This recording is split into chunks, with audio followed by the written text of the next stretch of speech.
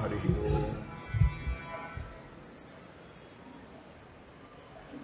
सृष्टिस्थित्यप्ययेहा नियतिदृशितमो बन्धमोक्षाश्च यस्मात् अस्य श्रीब्रह्मरुद्रप्रभृतिसुरनरद्विषशत्रुवात्मकस्य विष्णोर्व्यस्ताः समस्ताः सकलगुणनिधिः सर्वदोषव्यपेतः पूर्णानन्दाव्ययो यो गुरुरपि परमश्चिन्तयेतं महान्तम् जन्माद्यस्य यतोऽन्वयादितरतश्चार्थेष्वभिज्ञस्वराट् तेने ब्रह्महृदाय आदिकवये मुह्यन्ति यं सूरयः तेजो वारिमृदां यथा विनिमयो यत्र त्रिसर्गो मृषा धाम्ना स्वेन सदा निरस्तकुहकं सत्यं परं धीमहि।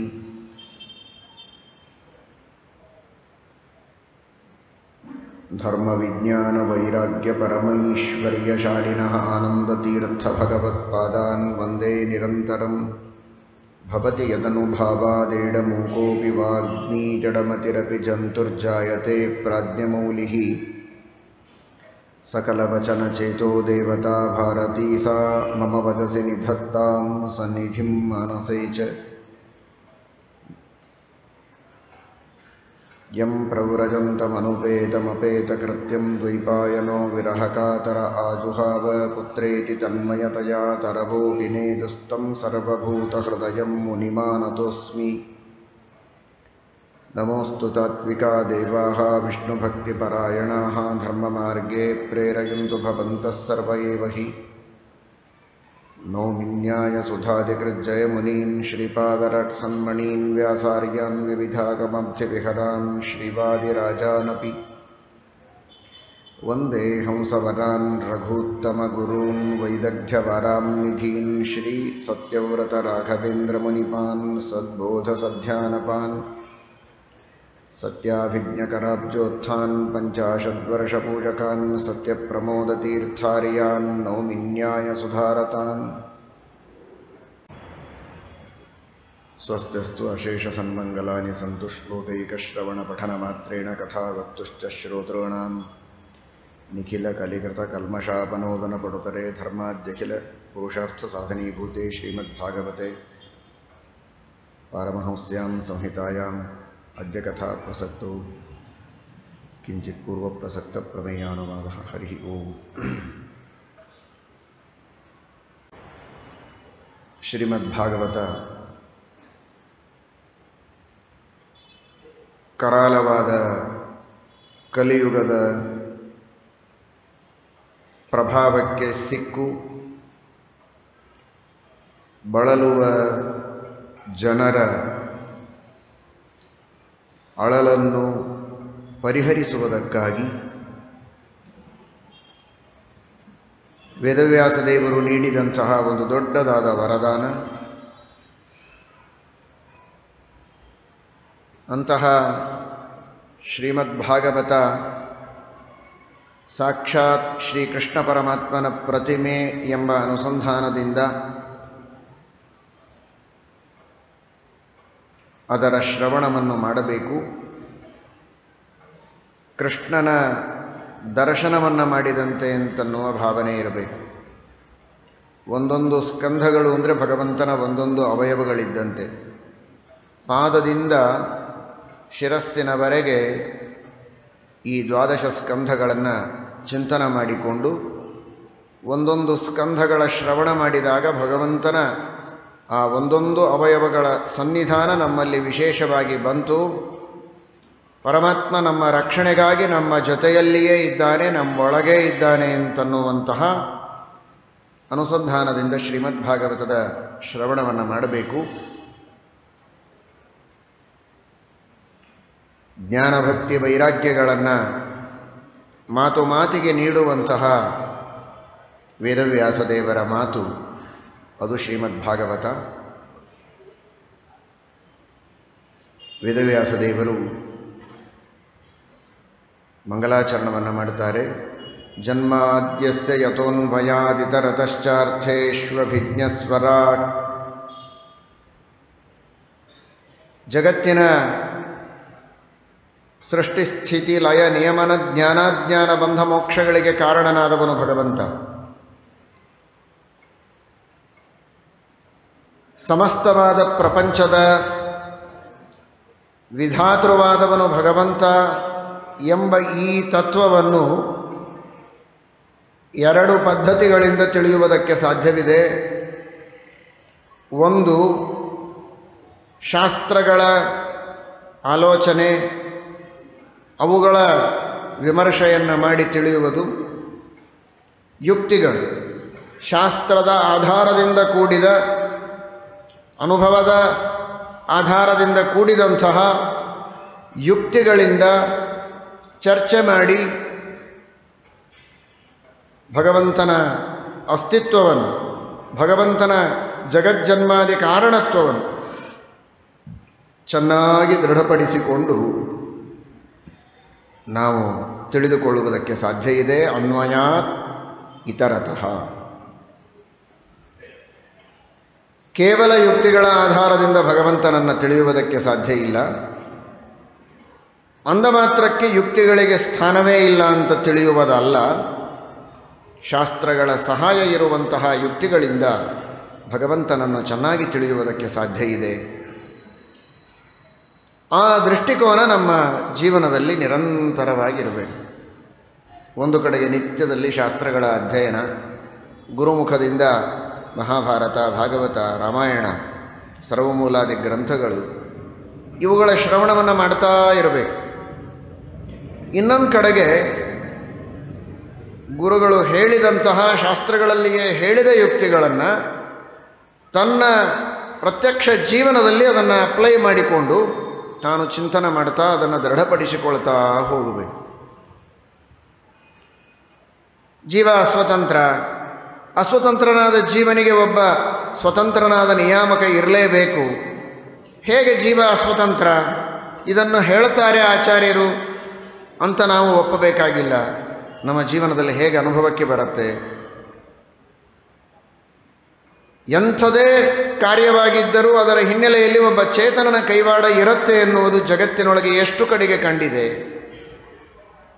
ಯಾವುದೇ ತರಹದ ಸುವ್ಯವಸ್ಥಿತವಾದ ಕಾರ್ಯ ನಡೆಯಬೇಕಾದರೆ ಅದರ ಹಿನ್ನೆಲೆಯಲ್ಲಿ ಚೇತನನ ವಿಶಿಷ್ಟವಾದಂತಹ ದೂರದ ಆಲೋಚನೆ ಇರುತ್ತೆ.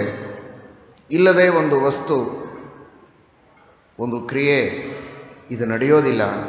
ಹಾಗಾದರೆ ಜಗತ್ತಿನಲ್ಲಿ ನಡೆದಂತಹ ಇಷ್ಟೆಲ್ಲ ಕ್ರಿಯೆಗಳು, ಇಂತಹ ಅದ್ಭುತವಾದ ವಸ್ತುಗಳು, ಮಾನವನ ದೇಹ, ನದಿ ಸಮುದ್ರಗಳು, ಭೂಮಿ ಆಕಾಶ, ಇವುಗಳೆಲ್ಲ ಈ ನಕ್ಷತ್ರಗಳು ಎಲ್ಲ ಯಾರು ನಿರ್ಮಾಣ ಮಾಡಿದ್ದು? ಹೀಗೆ ಜಗತ್ತಿನ ಒಂದೊಂದು ವಸ್ತುಗಳನ್ನು ನೋಡಿದಾಗ ಶಾಸ್ತ್ರೀಯ ಹಿನ್ನೆಲೆಯಲ್ಲಿ ಅದರ ಬಗ್ಗೆ ಚಿಂತನೆ ಮಾಡುವಂತಹ ಅಭ್ಯಾಸ ನಮಗಿರಬೇಕು. ದೇವರಿದ್ದಾನೆ ಅಂತ ನಿಮಗೂ ಗೊತ್ತು, ನಮಗೂ ಗೊತ್ತು. ಆ ಶ್ರದ್ಧೆ ಇದೆ ಅನ್ನುವುದಕ್ಕೆ ಇಂತಹ ಸತ್ಕಾರ್ಯಗಳಲ್ಲಿ, ಸತ್ಕರ್ಮಗಳಲ್ಲಿ ನಾವು ಸೇರಿದ್ದೇವೆ.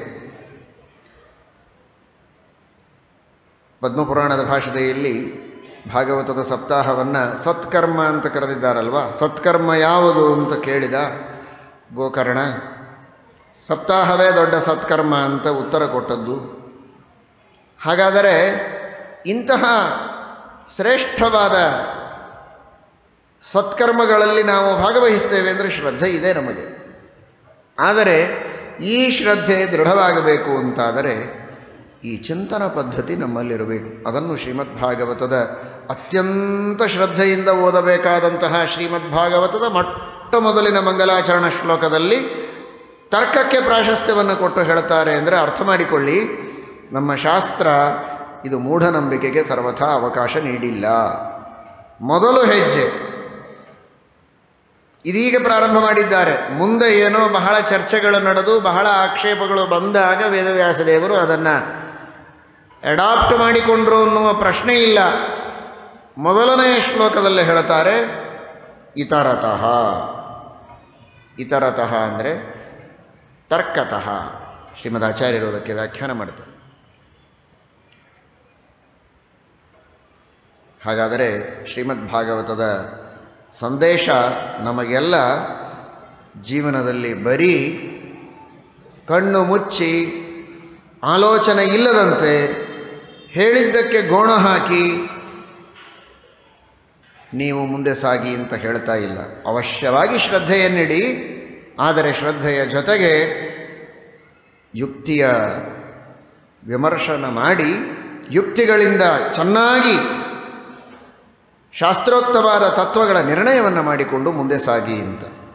ಜಿಜ್ಞಾಸುಗಳು ಈ ನಿಟ್ಟಿನಲ್ಲಿ ನಿತ್ಯದಲ್ಲಿ ಒಂದು ಸ್ವಲ್ಪ ಹೊತ್ತು ಆ ಅಭ್ಯಾಸವನ್ನು ರೂಢಿಸಿಕೊಳ್ಬೇಕು.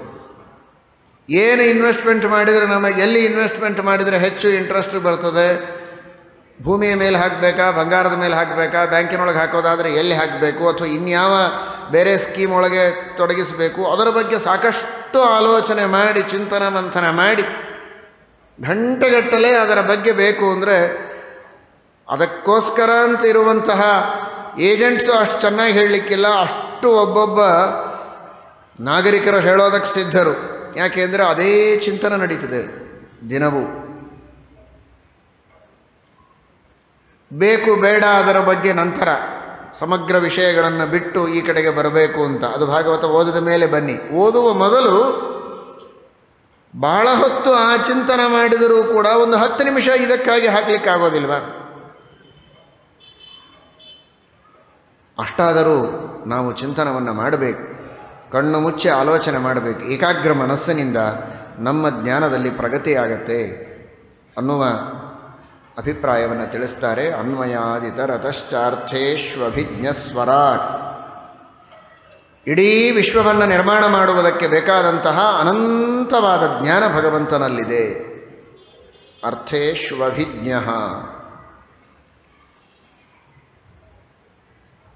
ಶ್ರೀಮದಾಚಾರ್ಯರು ದ್ವಾದಶ ಸ್ತೋತ್ರದಲ್ಲಿ ಹೇಳ್ತಾರೆ, ಸ್ವಮತಿ ಪ್ರಭವಂ ಜಗದಸ್ಯ ಯತಃ ಪರಬೋಧತನುಂ ಚ ತತಃ ಖಪತಿಂ.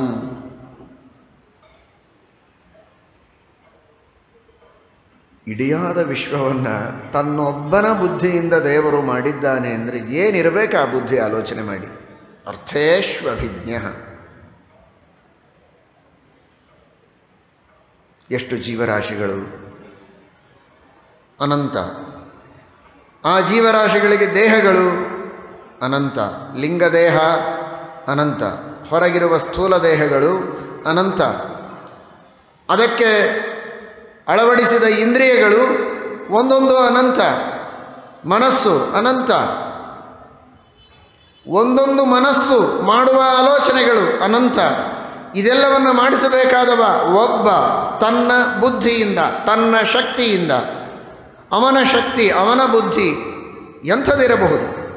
ಬಹುಚಿತ್ರ ಜಗದ್ಬಹುಧಾಕರಣಾತ್ ಪರಶಕ್ತಿ ಅನಂತ ಗುಣಃ ಪರಮಃ. ಅಂತಹ ಸರ್ವಜ್ಞನಾಗಿದ್ದಾನೆ ಭಗವಂತ. ಹೀಗೆ ಮಾಡಬೇಡ ಅಂತ ಹೇಳುವುದಕ್ಕೆ ಅವನ ಮೇಲೆ ಅಧಿಕಾರ ಮಾಡುವಂತಹ ವ್ಯಕ್ತಿ ಇನ್ನೊಬ್ಬ ಇಲ್ಲ. ಸ್ವರಾಟ್, ಸ್ವತಂತ್ರನಾಗಿದ್ದಾನೆ. ತನ್ನ ಇಚ್ಛೆಯಂತೆ ಎಲ್ಲವನ್ನೂ ಮಾಡ್ತಾನೆ. ಎಂತಹ ಅದ್ಭುತವಾದ ಸ್ವಾತಂತ್ರ್ಯ ಅದು. ಸ್ವಾತಂತ್ರ್ಯ ಅಂದರೆ ಏನು ಅಂತ ನಮಗೆ ಅರ್ಥವಾಗೋದಿಲ್ಲ ಅನ್ನೋದನ್ನು ಅರ್ಥ ಮಾಡಿಕೊಳ್ಳಿ ಮೊದಲು. ಅದ್ಯಾಕೆ? ಸ್ವಾತಂತ್ರ್ಯ ಗೊತ್ತಲ್ವ? ನಮ್ಮ ಮನೆಯಲ್ಲಿ ನಾವೇ ಸ್ವತಂತ್ರ ಅಲ್ವಾ? ಸ್ವಾತಂತ್ರ್ಯ ಇಲ್ವಾ ನಿಮಗೆ? ಸ್ವಾತಂತ್ರ್ಯ ನಮಗೆ ಗೊತ್ತು. ಸ್ವಾತಂತ್ರ್ಯ ಅಂದರೆ ಗೊತ್ತಿಲ್ಲ. ನಿಜವಾದ ಸ್ವಾತಂತ್ರ್ಯದ ಅನುಭವ ನಮಗೆ ಬರಲಿಕ್ಕೆ ಸಾಧ್ಯವಿಲ್ಲ. ಯಾಕೆಂದರೆ ನಮಗೆ ಇಲ್ಲವೇ ಇಲ್ಲ. ಹೇಗೆ ಅನುಭವಕ್ಕೆ ಬರೋದು? ಅದರ ರುಚಿಯೇ ಗೊತ್ತಿಲ್ಲ. ಎಂದೂ ಸಕ್ಕರೆ ತಿನ್ನದವ ಸಕ್ಕರೆಯ ರುಚಿಯನ್ನು ಬಣ್ಣಿಸಿ ಹೇಳು ಅಂದರೆ ಹೇಳಲು ಸಾಧ್ಯವಿಲ್ಲದಂತೆ, ಸ್ವಾತಂತ್ರ್ಯದ ಅನುಭವವೇ ಇಲ್ಲದ ನಾವು ಯಾರೂ ಕೂಡ ಸ್ವಾತಂತ್ರ್ಯ ಅಂದರೆ ಏನು ಅಂತ ಹೇಳಲಿಕ್ಕೆ ಸಾಧ್ಯ ಇಲ್ಲ. ನಮಗೇನಿಲ್ವೋ ಅದೇ ಸ್ವಾತಂತ್ರ್ಯ ಅಂತ ಇಷ್ಟು ಹೇಳ್ಬೋದು. ತಕ್ಕ ಮಟ್ಟಿಗೆ ತಿಳಿಬೋದು. ನನ್ನ ಇಚ್ಛೆಗೆ ಬಂದ ಹಾಗೆ ಮಾಡೋದೇ ಸ್ವಾತಂತ್ರ್ಯ. ಸ್ವೇಚ್ಛಾನುಸಾರಿತಾಮೇವ ಸ್ವಾತಂತ್ರ್ಯಂ ಹಿ ವಿದೋ ವಿದುಹು. ನನ್ನ ಇಚ್ಛೆಗೆ ಬಂದಂತೆ ಮಾಡೋದು ಅಂತ. ಆದರೆ ಪೂರ್ಣ ಮಟ್ಟದಲ್ಲಿ ನನ್ನ ಇಚ್ಛೆಗೆ ಬಂದಂತೆ ಮಾಡೋದು ಅನ್ನೋದು ಪ್ರಪಂಚದೊಳಗೆ ಇಲ್ಲವೇ ಇಲ್ಲ. ಮೇಲ್ನೋಟಕ್ಕಿದೆ. ಈಗ ನನಗೆ ಪ್ರವಚನ ಹೇಳಬೇಕು ಅಂತ ಇಚ್ಛೆ ಇದೆ, ನಾನು ಹೇಳಿದೆ. ಕೇಳಬೇಕು ಅಂತ ಇಚ್ಛೆ ಇದೆ, ನೀವು ಕೇಳಿದಿರಿ. ಸಮಯ ಆದ ಮೇಲೆ ಹೋಗಬೇಕು ಅಂತ ಅಪೇಕ್ಷೆ ಬಂತು, ಹೋದ್ರಿ. ಊಟ ಮಾಡಬೇಕು ಅಂತ ಅನ್ನಿಸ್ತು, ಊಟ ಮಾಡ್ತೀರಾ. ಓ, ಸ್ವಾತಂತ್ರ್ಯ ಇದೆ ಅಲ್ವಾ, ನಮಗೆ ಯಾರು ಕೈ ಕಟ್ಟಿ ಕೂಡಿಸಿದವರಿಲ್ಲ, ನಾವೇನು ಜೈಲೊಳಗಿಲ್ಲ, ಇನ್ನೊಬ್ಬರು ಹೇಳಿದ ಹಾಗೆ ಕೇಳ್ಕೊಂಡಿರಬೇಕಾಗಿಲ್ಲ. ಸರಿ, ಅಷ್ಟರ್ಥದಲ್ಲಿ ಸ್ವಾತಂತ್ರ್ಯ ಇದೆ, ಇಲ್ಲ ಅಂತಲ್ಲ. ಆದರೆ ಇದು ಪರಿಪೂರ್ಣವಾದ ಸ್ವಾತಂತ್ರ್ಯ ಅಲ್ಲ.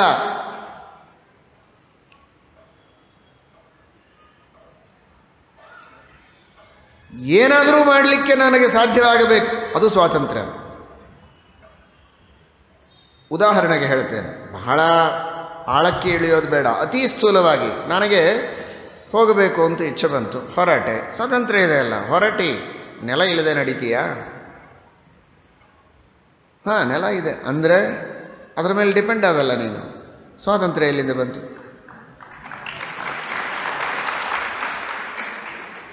ಗಾಳಿ ಇಲ್ಲದೆ ನಡೀತೀಯಾ? ಟೆಂಪ್ರೇಚರ್ ಇಲ್ಲದೆ ವಾತಾವರಣದೊಳಗೆ ನೀನು ಬದುಕ್ತೀಯಾ? ನಡೆಯೋದು ಬೇಡ.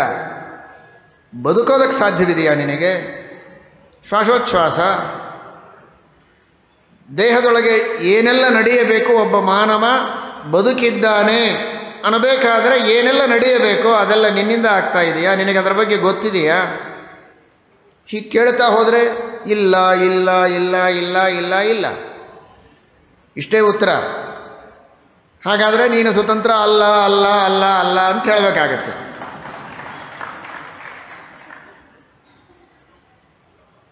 ಹಾಗಾದರೆ ನಾನು ಸ್ವತಂತ್ರ ಅಂತ ಅನಿಸೋ ಹಾಗಿವೆ ಕೆಲವುಗಳು, ಇಲ್ಲ ಅಂತಲ್ಲ. ಇನ್ನೊಬ್ಬರು ಹೇಳಿದಾಗ ನಾನು ಹೊರಟ್ರೆ ಪೂರ್ಣ ಅಸ್ವತಂತ್ರ ಅಲ್ಲ, ನನ್ನ ಇಚ್ಛೆಯಿಂದ ನಾನು ಹೊರಟೆ, ಅಷ್ಟರ ಮಟ್ಟಿಗೆ ಸ್ವಾತಂತ್ರ್ಯ. ಆದರೆ ಎಷ್ಟೆಲ್ಲ ವಸ್ತುಗಳ, ಎಷ್ಟೆಲ್ಲ ವ್ಯಕ್ತಿಗಳ, ದೇವರು ತತ್ವಾಭಿಮಾನಿ ದೇವತೆಗಳು ಕಾಣದವರನ್ನು ಬಿಟ್ಬಿಡಿ, ಕಾಣುವ ಎಷ್ಟು ವ್ಯಕ್ತಿಗಳ ಅವಶ್ಯಕತೆ ನನ್ನ ಬದುಕಿಗಿದೆ. ನಾನು ಸ್ವತಂತ್ರ? ನಾನೇ ಅಲ್ಲ, ನಾನೇ ಮಾತಾಡ್ತೇನೆ. ಹೌದು, ಯಾರೋ ಊಟಕ್ಕೆ ಹಾಕಿದ್ರು ಅಂತ ನಾನು ಮಾತಾಡ್ತೇನೆ. ಊಟಕ್ಕೆ ಹಾಕೋರು ಊಟಕ್ಕೆ ಹಾಕಿದ್ದಿಲ್ಲ ಅಂದರೆ ನನಗೆ ಶಕ್ತಿ ಎಲ್ಲಿಂದ ಬರ್ತಿತ್ತು? ನನಗೆ ಊಟಕ್ಕೆ ಹಾಕಿದ ವ್ಯಕ್ತಿ ನೇಪಥ್ಯದಲ್ಲಿದ್ದಾನೆ, ಆದರೆ ಅವನ ಅನಿವಾರ್ಯತೆ ನನಗಿದೆ. ನಾನು ಸ್ವತಂತ್ರ ಅಲ್ಲ. ಓ, ಹಾಗಾದರೆ ಅವನು ಸ್ವತಂತ್ರನ ಅಲ್ಲ. ಇದ್ದ ಅಕ್ಕಿ ಬೇಳೆ ತೆಗೆದುಕೊಂಡು ಅವನು ಮಾಡಿದ, ಆ ಅಕ್ಕಿ ಬೇಳೆ ಬೆಳೆಸಿದವರು ಅವನು ಅವರ ಮೇಲೆ ಡಿಪೆಂಡ್ ಆಗಿದ್ದಾನೆ. ಹೋಗತ್ತೆ ಹೀಗೆ. ನಾವೇ ನಮ್ಮೊಳಗೆ ಒಬ್ಬರನ್ನು ಇಷ್ಟರ ಮಟ್ಟಿಗೆ ಆಶ್ರಯಿಸಿದ್ದೇವೆ. ಇನ್ನೂ ಒಬ್ಬೊಬ್ಬರೊಳಗಿರುವ ತತ್ವಾಭಿಮಾನಿ ದೇವತೆಗಳು, ವಾಯುದೇವರು, ಮಹಾಲಕ್ಷ್ಮಿ, ಭಗವಂತನನ್ನು ನಾವು ಆಶ್ರಯಿಸಿದ್ದಂತೂ ಅನಂತ ರೀತಿಗಳಿಂದ. ಎಲ್ಲಿ ಅದು ಸ್ವಾತಂತ್ರ್ಯ? ಒಬ್ಬ ಇದ್ದಾನೆ, ಸ್ವರಾಟ್, ಒಬ್ಬನೇ ಒಬ್ಬ ಸ್ವತಂತ್ರ. ಅದು ಹೇಗಿರಬಹುದು ನಮಗೆ ಗೊತ್ತೇ ಇಲ್ಲ. ನೆಲ ಇಲ್ಲದೆ ನಡೆಯುತ್ತಾನೆ, ಶ್ವಾಸ ಇಲ್ಲದೆ ಬದುಕ್ತಾನೆ. ಯಾವ ವ್ಯಕ್ತಿಯ ಅವಶ್ಯಕತೆ ಇಲ್ಲದೆಯೂ ತಾನು ಸ್ವರ್ಮಣನಾಗಿ ಸ್ವೇ ಮಹಿಮ್ನಿ ಪ್ರತಿಷ್ಠಿತನಾಗಿ ರಾರಾಜಮಾನನಾಗ್ತಾನೆ. ಸ್ವರಾಟ್, ಅವನು ಒಬ್ಬ. ಅದರ ಅನುಭವ ಅವನೊಬ್ಬನಿಗಿದೆ ಅಂತ ತಿಳಿಯುವುದು ಮಾತ್ರ ನಮಗೆ. ಅದಕ್ಕೂ ಮೇಲೆ ನಮಗೆ ತಿಳಿಯೋದಿಲ್ಲ. ಅರ್ಥೇಶ್ವಭಿಜ್ಞ ಸ್ವರಾಟ್ ಏಕಮೇವ ಅದ್ವಿತೀಯಂ ಬ್ರಹ್ಮ.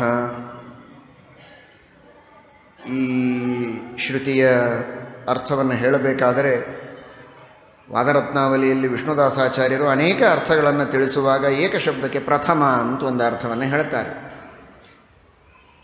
ಸ್ವಗತ ಭೇದ ವರ್ಜಿತ ಅನ್ನುವುದೊಂದು ಸರಿ, ಪರಮಾತ್ಮನ ಗುಣ, ಕ್ರಿಯಾ, ಅವಯವ ಇವುಗಳಲ್ಲಿ ಭೇದ ಇಲ್ಲ ಅಂತ. ಅದರ ಜೊತೆಗೆ ಪ್ರಥಮ ಅಂತ. ಪ್ರಥಮ ಅಂದರೆ ದೇವರ ಮೊದಲಿದ್ದ, ಅದಂತೂ ಸರಿಯೇ. ಏಕೋ ನಾರಾಯಣ ಸಿನ್ನ ಬ್ರಹ್ಮಾನ ಚ ಶಂಕರ, ಮೊಟ್ಟ ಮೊದಲಿಗಿದ್ದವನು ದೇವರು, ನಂತರ ಎಲ್ಲರೂ ಸೃಷ್ಟಿಗೆ ಬಂದರು, ಅದೆಲ್ಲ ಸರಿ. ಜೊತೆಗೆ ಆ ಪ್ರಥಮ ಅಂತ ವಿಷ್ಣುದಾಸಾಚಾರ್ಯರು ಹೇಳುವ ಹಿನ್ನೆಲೆಯಲ್ಲಿ ನಾವು ಆಲೋಚನೆ ಮಾಡಿದರೆ ಸ್ವರಾಟ್ ಅನ್ನೋದು ನಮ್ಮ ಕಲ್ಪನೆಗೆ ಬರ್ತದೆ. ಪ್ರಥಮ, ಪ್ರತಿಯೊಂದರೊಳಗೆ ಪ್ರಥಮ. ಹೀಗೆ ಹೇಳ್ತಾ ಹೋದರೆ ಭಾಗವತದ ಕಥೆ ಮುಂದೆ ಸಾಗೋದಿಲ್ಲ. ಇದೊಂದು ಹೇಳಿ ಮುಂದೆ ಸಾಕ್ತೇನೆ. ಅಂದರೆ ಎಷ್ಟು ವಿಚಿತ್ರವಾಗಿದೆ ಭಗವಂತನ. ಚೆನ್ನಾಗಿದ್ದೀರಾ ಆಚಾರ್ಯ? ನಮಸ್ಕಾರ. ಹೇಗೆ ನಮಸ್ಕಾರ? ನಮಸ್ಕಾರ ಆಚಾರ್ಯ. ಯಾಕೆ? ಏನಿದು ಹೀಗ್ಯಾಕೆ ನಮಸ್ಕಾರ? ಹೀಗ್ಯಾಕೆ ಮಾಡಬಾರ್ದು? ನಮಸ್ಕಾರ ಆಚಾರ್ಯ ಯಾಕೆ ಅನ್ನೋದಿಲ್ಲ? ಏನೋ ಇದೇನು ನಮಸ್ಕಾರ ಹೀಗೆ ಮಾಡೋದಲ್ವಾ? ಹಾಗೆ ಮಾಡೋದು ನಿನಗೆ ಯಾರು ಹೇಳಿದರು? ನಮ್ಮ ಅಪ್ಪ ಹೇಳಿದ. ಅವನಿಗೆ ಯಾರು ಹೇಳಿದರು? ಅವರ ಅಪ್ಪ ಹೇಳಿದ. ನಿನಗೆ ಜವಾಬ್ದಾರಿ ಇಲ್ಲ, ನಿನಗಿಷ್ಟೇ ಜವಾಬ್ದಾರಿ. ನಮ್ಮ ಅಪ್ಪ ಹೇಳಿದ, ನೀನು ಓಡಿದಿ, ಅವ ತನ್ನಪ್ಪನ ಮೇಲೆ ಹಾಕಿ ಹೋದ, ನಿಮಗೆ ಯಾರಿಗೂ ಜವಾಬ್ದಾರಿ ಇಲ್ಲ, ಅದರ ನಮಗೂ ಇಲ್ಲ. ಏನು ಹೀಗೆ ಪೂಜೆ ಮಾಡ್ತೀರಿ ನೀವು? ಎರಡು ಕಾಲುಗಳನ್ನು ಎತ್ತಿಯಾಗಿ ದೇವರಿಗೆ ನಮಸ್ಕಾರ ಮಾಡೋದು ಅಂದರೂ ಮಹಾಪಾಪ. ಆದರೆ ನಾನು ದೇವರ ಮಹಿಮೆ ಹೇಳೋದಕ್ಕೆ ಹೇಳ್ತಾ ಇದ್ದೇನೆ, ಪೂರ್ವ ಪಕ್ಷ ಅನ್ನೋದಕ್ಕೆ ತಪ್ಪಿಲ್ಲ. ಹೀಗೆ ಕಾಲು ಎರಡೂ ಎತ್ತಿಯಾಗಿ ನಮಸ್ಕಾರ ಮಾಡಬಾರ್ದು. ಸರ್ವಾಂಗಾಸನ ಅಂದರೆ ನಾವೆಲ್ಲ ಇನ್ನೊಬ್ಬರ ಮೇಲೆ ಡಿಪೆಂಡ್ ಆಗಿ ಹಿಂದೆ ಹೇಗಿತ್ತೋ ಹಾಗೆ ಹೋಗ್ತಾ ಇದ್ದೇವೆ ಅಷ್ಟೇ. ಒಂದು ನಮಸ್ಕಾರದ ಉದಾಹರಣೆ ಹೇಳಿದೆ, ಬರೀ ನಮಸ್ಕಾರ ಒಂದೇ ಅಂತ ಇಟ್ಕೊಳ್ಬೇಡಿ, ಇನ್ನು ಅನೇಕ ವಿಷಯಗಳು. ಹಾಗಾದರೆ ಪ್ರಥಮ ಈ ವಸ್ತುವನ್ನು ಈ ಶಬ್ದದಿಂದ ಕರೆಯಬೇಕು. ನಮಸ್ಕಾರ ಹೀಗೆ ಮಾಡಬೇಕು, ತಿರಸ್ಕಾರ ಹೀಗೆ ಮಾಡಬೇಕು, ಕೋಪ ಹೀಗೆ ತೋರಿಸ್ಬೇಕು. ಇದೆಲ್ಲದಕ್ಕೂ ಮೊಟ್ಟ ಮೊದಲು ಪ್ರಾರಂಭ ಮಾಡಿದಂತಹ ವ್ಯಕ್ತಿ ಯಾರಿದ್ದಾನೆ ಅವನದು ಎಷ್ಟು ದೊಡ್ಡ ಜವಾಬ್ದಾರಿ ಇದೆ. ಅವನು ಯಾರ ಮೇಲೂ ಹಾಕೋ ಹಾಗಿಲ್ಲ, ಎಲ್ಲ ತಾನೇ ಮಾಡಬೇಕು. ಆ ವ್ಯಕ್ತಿ ಯಾರು ಗೊತ್ತಾ? ನಿಮಗೆ ಪರಿಚಯ ಇದೆಯಾ? ಅವನು ಏಕಂ ಅದ್ವಿತೀಯಂ ಬ್ರಹ್ಮ. ಪ್ರಥಮದಲ್ಲಿ ಪ್ರತಿಯೊಂದನ್ನು ಪ್ರಾರಂಭ ಮಾಡಿದವ, ಇನ್ಯಾರ ಮೇಲೂ ಜವಾಬ್ದಾರಿ ಹಾಕದೇ ಇದ್ದವ. ಇದೇನು ಹೀಗೆ, ಇದು ಹೀಗೆ, ಇದನ್ನು ನಾನು ಹೀಗೆ ಪ್ರಾರಂಭ ಮಾಡಿದ್ದೇನೆ, ನೀನು ಮುಂದುವರಿಸು ಅಂತ ಹೇಳೋ ಒಬ್ಬ ಗಂಡಸಿದ್ದಾನೆ, ಸ್ವರಾಟ್.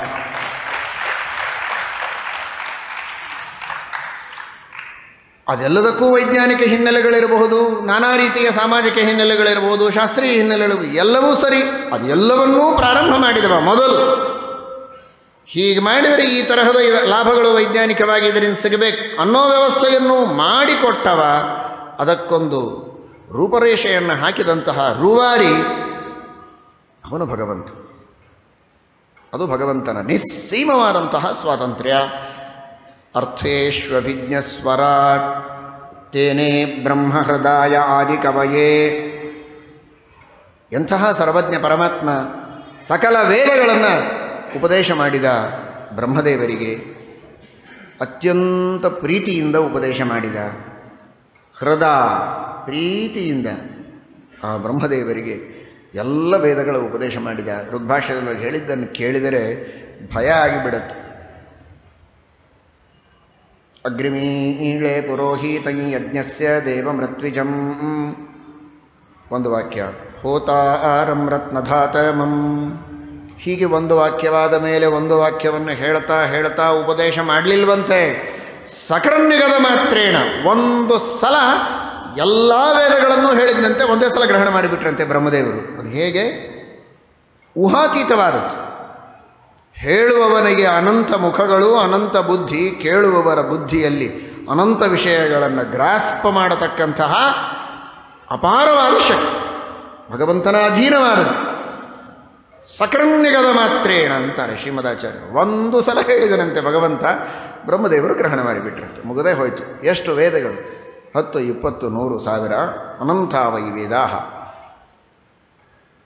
ತೇನೇ ಅನಂತ ವೇದಗಳನ್ನು ಒಂದು ಬಾರಿ ಉಪದೇಶ ಮಾಡಿದಾಗ ಗ್ರಹಣ ಮಾಡುವ ಸಾಮರ್ಥ್ಯ ಬ್ರಹ್ಮದೇವರಿಗೆ. ಆ ಸಾಮರ್ಥ್ಯವನ್ನು ನೀಡಿದ ಮಹಾನುಭಾವ, ಉಪದೇಶ ಮಾಡಿದ ಮಹಾನುಭಾವ, ಪರಮ ಸರ್ವಜ್ಞ ಶಿಖಾಮಣಿಯಾದವನು, ಸರ್ವಜ್ಞರಾದಂತಹ ಇಂತಹ ಅನಂತ ಬ್ರಹ್ಮರನ್ನು ಹಿಂದೆ ಸೃಷ್ಟಿ ಮಾಡಿದವ, ಈಗ ಒಬ್ಬರನ್ನು, ಇನ್ನು ಮುಂದೆ ಮತ್ತೆ ಅನಂತ ಬ್ರಹ್ಮರನ್ನು ಸೃಷ್ಟಿ ಮಾಡುವ ಮಹಾನುಭಾವ ಆ ಭಗವಂತ.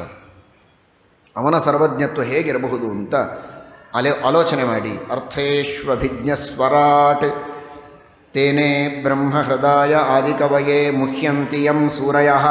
ಅಂತಹ ಭಗವಂತ ತಾನು ಬೆಳಗ್ಗೆ ಸುಧಾಗ್ರಂಥದನ್ನು ಶ್ರವಣ ಮಾಡುವಾಗ ಕೇಳಿದಿರಿ, ಪ್ರಸನ್ನನಾಗಿ ದರ್ಶನ ಕೊಟ್ಟರೆ ಉಂಟು, ಇಲ್ಲ ಅಂದರೆ ಅವನ ಬಗ್ಗೆ ಸರಿಯಾದ ತಿಳುವಳಿಕೆ ಯಾರಿಗೂ ಇಲ್ಲ. ಮುಹ್ಯಂತಿ, ಅವನ ಅನುಗ್ರಹ ಇದ್ದರೆ ಯಥಾರ್ಥ ಜ್ಞಾನವಾಗತ್ತೆ, ಇಲ್ಲ ಅಂದರೆ ಎಂಥವರಿಗೂ ಅವನ ಬಗ್ಗೆ ಸಾಕ್ಷಾತ್ಕಾರವಾಗುವುದಕ್ಕೆ, ಯಥಾರ್ಥ ಜ್ಞಾನವಾಗುವುದಕ್ಕೆ ಸಾಧ್ಯ ಇಲ್ಲ. ಅಂತಹ ಮಹಾ ಮಹಿಮೆ ಅವ್ಯಕ್ತನಾದವನು ಪರಮಾತ್ಮ. ಅದಕ್ಕಾಗಿಯೇ ಶಾಸ್ತ್ರಗಳ ಅಧ್ಯಯನ, ಚಿಂತನ ನಿರಂತರವಾಗಿ ನಡೆಯಬೇಕು. ತೇಜೋವಾರಿ ಮೃದಾಂ ಯಥಾ ವಿನಿಮಯ ಯತ್ರ ತ್ರಿಸರ್ಗೋ ಮೃಷಾ. ಇಡೀ ಜಗತ್ತಿನಲ್ಲಿ 3 ತರಹದ ಸೃಷ್ಟಿಗಳನ್ನು ಭಗವಂತ ಮಾಡ್ತಾನೆ, ಆದರೆ ಅದರಿಂದ ಏನೂ ಪ್ರಯೋಜನ ಇಲ್ಲ.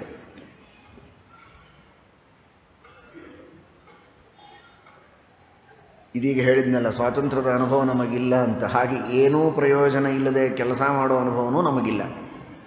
ಏನೋ ಸ್ವಾರ್ಥ ಇರುತ್ತೆ ಒಳಗೆ, ಏನೋ ಸ್ವಾರ್ಥ ಇರುತ್ತೆ. ಅದರಲ್ಲಿ ತಾರತಮ್ಯ ಇರ್ಬೋದು. ಕೆಲವರಿಗೆ ಹಣ ಬೇಕು, ಪ್ರತಿಷ್ಠೆ ಬೇಕು, ಮಾನ ಮರ್ಯಾದೆಗಳು, ಏನೇನೋ ಬೇಕಾಗತ್ತೆ. ಇನ್ನು ಕೆಲವರಿಗೆ ಅದೆಲ್ಲ ಬೇಕಾಗಿರೋದಿಲ್ಲ, ಆದರೆ ಪುಣ್ಯ ಬೇಕು ಅಂತಿರ್ತದೆ. ಆ ಪುಣ್ಯದಿಂದ ತನಗೆ ಮತ್ತೆ ಜನ್ಮಾಂತರದಲ್ಲಿ ಪರಲೋಕದಲ್ಲಿ ನಾನಾ ವಿಧವಾದ ಸುಖಗಳಾಗಲಿ ಅಂತ. ಇನ್ನು ಕೆಲವರಿಗೆ ಅದೂ ಇರೋದಿಲ್ಲ, ನಿಷ್ಕಾಮ ಪುಣ್ಯವನ್ನು ಮಾಡ್ತಾರೆ. ಆದರೆ ಆ ನಿಷ್ಕಾಮವಾಗಿ ಮಾಡುವ ಕರ್ಮಗಳಿಂದ ಬರುವ ಪುಣ್ಯದಿಂದ ತನಗೆ ಅಪರೋಕ್ಷ ಜ್ಞಾನವಾಗಲಿ, ಅದರಿಂದ ಭಗವಂತನ ಅನುಗ್ರಹವಾಗಲಿ ಅಂತ. ಇದು ಮಾಡಬಾರದ ಅಪೇಕ್ಷೆಯಲ್ಲ, ಮಾಡಬೇಕಾದದ್ದೇ. ಆದರೆ ಪ್ರಯೋಜನ ಹೊಂದಿದೆ. ಶಾಸ್ತ್ರ ನಿಷಿದ್ಧವಾದ ಪ್ರಯೋಜನವಲ್ಲದಿದ್ದರೂ ಪ್ರಯೋಜನದ ಅಪೇಕ್ಷೆ ಇದೆ. ಏನೂ ಪ್ರಯೋಜನದ ಅಪೇಕ್ಷೆ ಇಲ್ಲದೆ ಮಾಡುವವನು ಭಗವಂತ ಒಬ್ಬನೇ. ಯತ್ರ ತ್ರಿಸರ್ಗೋ ಮೃಷಾ. ಇಷ್ಟೊತ್ತು ಕೇಳಿದರಲ್ಲ, ಎಂಥ ವಿಶ್ವ ಇದೆ. ಒಂದೊಂದೊಂದು ಪರಮಾಣು, ಅದರೊಳಗೆ ದೇವರು ತನ್ನದೇ ಆದಂತಹ ಒಂದು ವಿಶ್ವ ಇಟ್ಟಿದ್ದಾನೆ. ಒಂದು ಆ್ಯಟಮ್ಮಿನೊಳಗೆ ಒಂದು ವಿಶ್ವ ಇಟ್ಟಿದ್ದಾನೆ ಭಗವಂತ. ಅಷ್ಟು ಅದ್ಭುತವಾದ ಕಾರ್ಯವನ್ನು ಒಂದೊಂದು ಆ್ಯಟಮ್ ಒಳಗೆ ಮಾಡುವ ಆ ದೇವರಿಗೆ ಇಷ್ಟು ಕೆಲಸ ಮಾಡ್ತೀಯಲ್ಲ, ದಣಿವಿಲ್ಲದೆ, ಏನು ಪ್ರಯೋಜನ ನನಗೆ ಅಂದರೆ ಜೀರೋ. ಮಾಡಬಹುದಾ ಒಬ್ಬ ವ್ಯಕ್ತಿ ಏನೂ ಪ್ರಯೋಜನ ಇಲ್ಲದೆ ಇಷ್ಟು ಕಾರ್ಯಗಳನ್ನು ಕೇವಲ ಜೀವರ ಪ್ರಯೋಜನಕ್ಕಾಗಿ, ಕೇವಲ ಜೀವರ ಮೇಲಿನ ಕಾರುಣ್ಯದಿಂದ? ಅರ್ಥವಾಗುವುದಿಲ್ಲ ಆ ಭಗವಂತನ ಕಾರುಣ್ಯದ ಸಾಗರದ ಸೀಮೆ. ಯತ್ರ ತ್ರಿಸರ್ಗೋ ಮೃಷಾ. ಅದರೊಳಗೆ ಬರೀ ಜೀವರಿಗಾಗಿ ಬೇಕಾದಂತಹ ಕಲ್ಲು, ಮಣ್ಣು, ಪರ್ವತ, ನದಿ ಇವುಗಳ ಸೃಷ್ಟಿ ಅಲ್ಲ, ಅದನ್ನೂ ಸೃಷ್ಟಿ ಮಾಡ್ತಾನೆ. ಮಣ್ಣಿನಿಂದ ಮಡಿಕೆಯನ್ನು ಸೃಷ್ಟಿ ಮಾಡಿದಂತೆ ಪ್ರಕೃತಿಯಿಂದ ಈ ಎಲ್ಲ ವಿಶ್ವವನ್ನು ಸೃಷ್ಟಿ ಮಾಡ್ತಾನೆ. ಜೀವರು, ಆ ಜೀವರಿಗೆ ಇರುವ ಅಸ್ತಿತ್ವವೇ ಭಗವಂತನಿಂದ ಬರುತ್ತೆ. ಭಗವಂತ ಬಿಂಬ, ನಾವೆಲ್ಲ ಪ್ರತಿಬಿಂಬರು. ಬಿಂಬ ಚಲಿಸೇ ಪ್ರತಿಬಿಂಬ ಚಲಿಸುವುದು. ಆ ಪರಮಾತ್ಮನ ಜ್ಞಾನದಿಂದ ನಮಗೆ ಜ್ಞಾನ, ಅವನ ಶಕ್ತಿಯಿಂದ ಶಕ್ತಿ, ಅವನ ಇಚ್ಛೆಯಿಂದ ಇಚ್ಛೆ. ಈ ರೀತಿ ಬಿಂಬನಾದ ಭಗವಂತ ಪ್ರತಿಬಿಂಬರಾದಂತಹ ನಮಗೆ ತನ್ನಂತೆ ಇರುವ ಕೆಲವು ಗುಣಗಳನ್ನು ತನ್ನ ಅಧೀನವಾಗಿ ನಮಗೆ ನೀಡಿ ನಮ್ಮಿಂದ ಕಾರ್ಯವನ್ನು ಮಾಡಿಸ್ತಾನೆ. ಇಷ್ಟಲ್ಲ, ಒಂದು ದೀಪದಿಂದ ಮತ್ತೊಂದು ದೀಪದ ಸೃಷ್ಟಿಯಾದಂತೆ ತಾನೇ ತನ್ನ ಮೂಲ ರೂಪದಿಂದ ತನ್ನ ಅನಂತ ರೂಪಗಳನ್ನು ಜೀವರಿಗಾಗಿ ಸೃಷ್ಟಿ ಮಾಡಿಕೊಳ್ತಾನೆ. ಇದಂತೂ ಭಾರೀ ದೊಡ್ಡದಾದಂತಹ ಭಗವಂತನ ಮಹಿಮೆ ಮತ್ತು ಕಾರುಣ್ಯ. ನಮಗಾಗಿ, ಒಬ್ಬೊಬ್ಬರಿಗಾಗಿ ದೇವರು ಎಷ್ಟು ರೂಪಗಳಿಂದ ಇದ್ದಾನೆ. ದೇಹದಲ್ಲಿ ಅನಂತ ರೂಪಗಳಿಂದ ಇದ್ದಾನೆ. ನಮ್ಮ ದೇಹದಲ್ಲಿ ಎಷ್ಟು ಸೆಲ್ಸ್ ಇವೆ, ಅಷ್ಟು ರೂಪಗಳಿಂದ ದೇವರು ಅಲ್ಲಿ ಕೆಲಸ ಮಾಡ್ತಾನೆ. ಹಾಗಾದರೆ ಆ ಭಗವಂತ ತೇಜಸ್ಸಿನಿಂದ ತೇಜಸ್ಸಿನ ಸೃಷ್ಟಿಯಾದಂತೆ ನಮ್ಮ ಜೀವಸ್ವರೂಪದಲ್ಲಿ ಅನಂತ ರೂಪಗಳಿಂದ ಇದ್ದು ಭಗವಂತ ದೇಹದಲ್ಲಿ ಜೀವಸ್ವರೂಪದಲ್ಲಿ, ಬಾಹ್ಯ ಪ್ರಪಂಚದಲ್ಲಿ ಅಂತರ್ಯಾಮಿ ರೂಪಗಳು ಹಾಗೂ ಮತ್ಸ್ಯಕೂರ್ಮಾದಿ ಅವತಾರ ರೂಪಗಳು. ಒಂದು ಕ್ಷಣ ಒಬ್ಬರಿಗಾಗಿ ನಾವು ಕೊಡೋದು ಅಂದರೆ ದೊಡ್ಡ ಉಪಕಾರ ಅಂತ ಭಾವಿಸ್ತೇವೆ.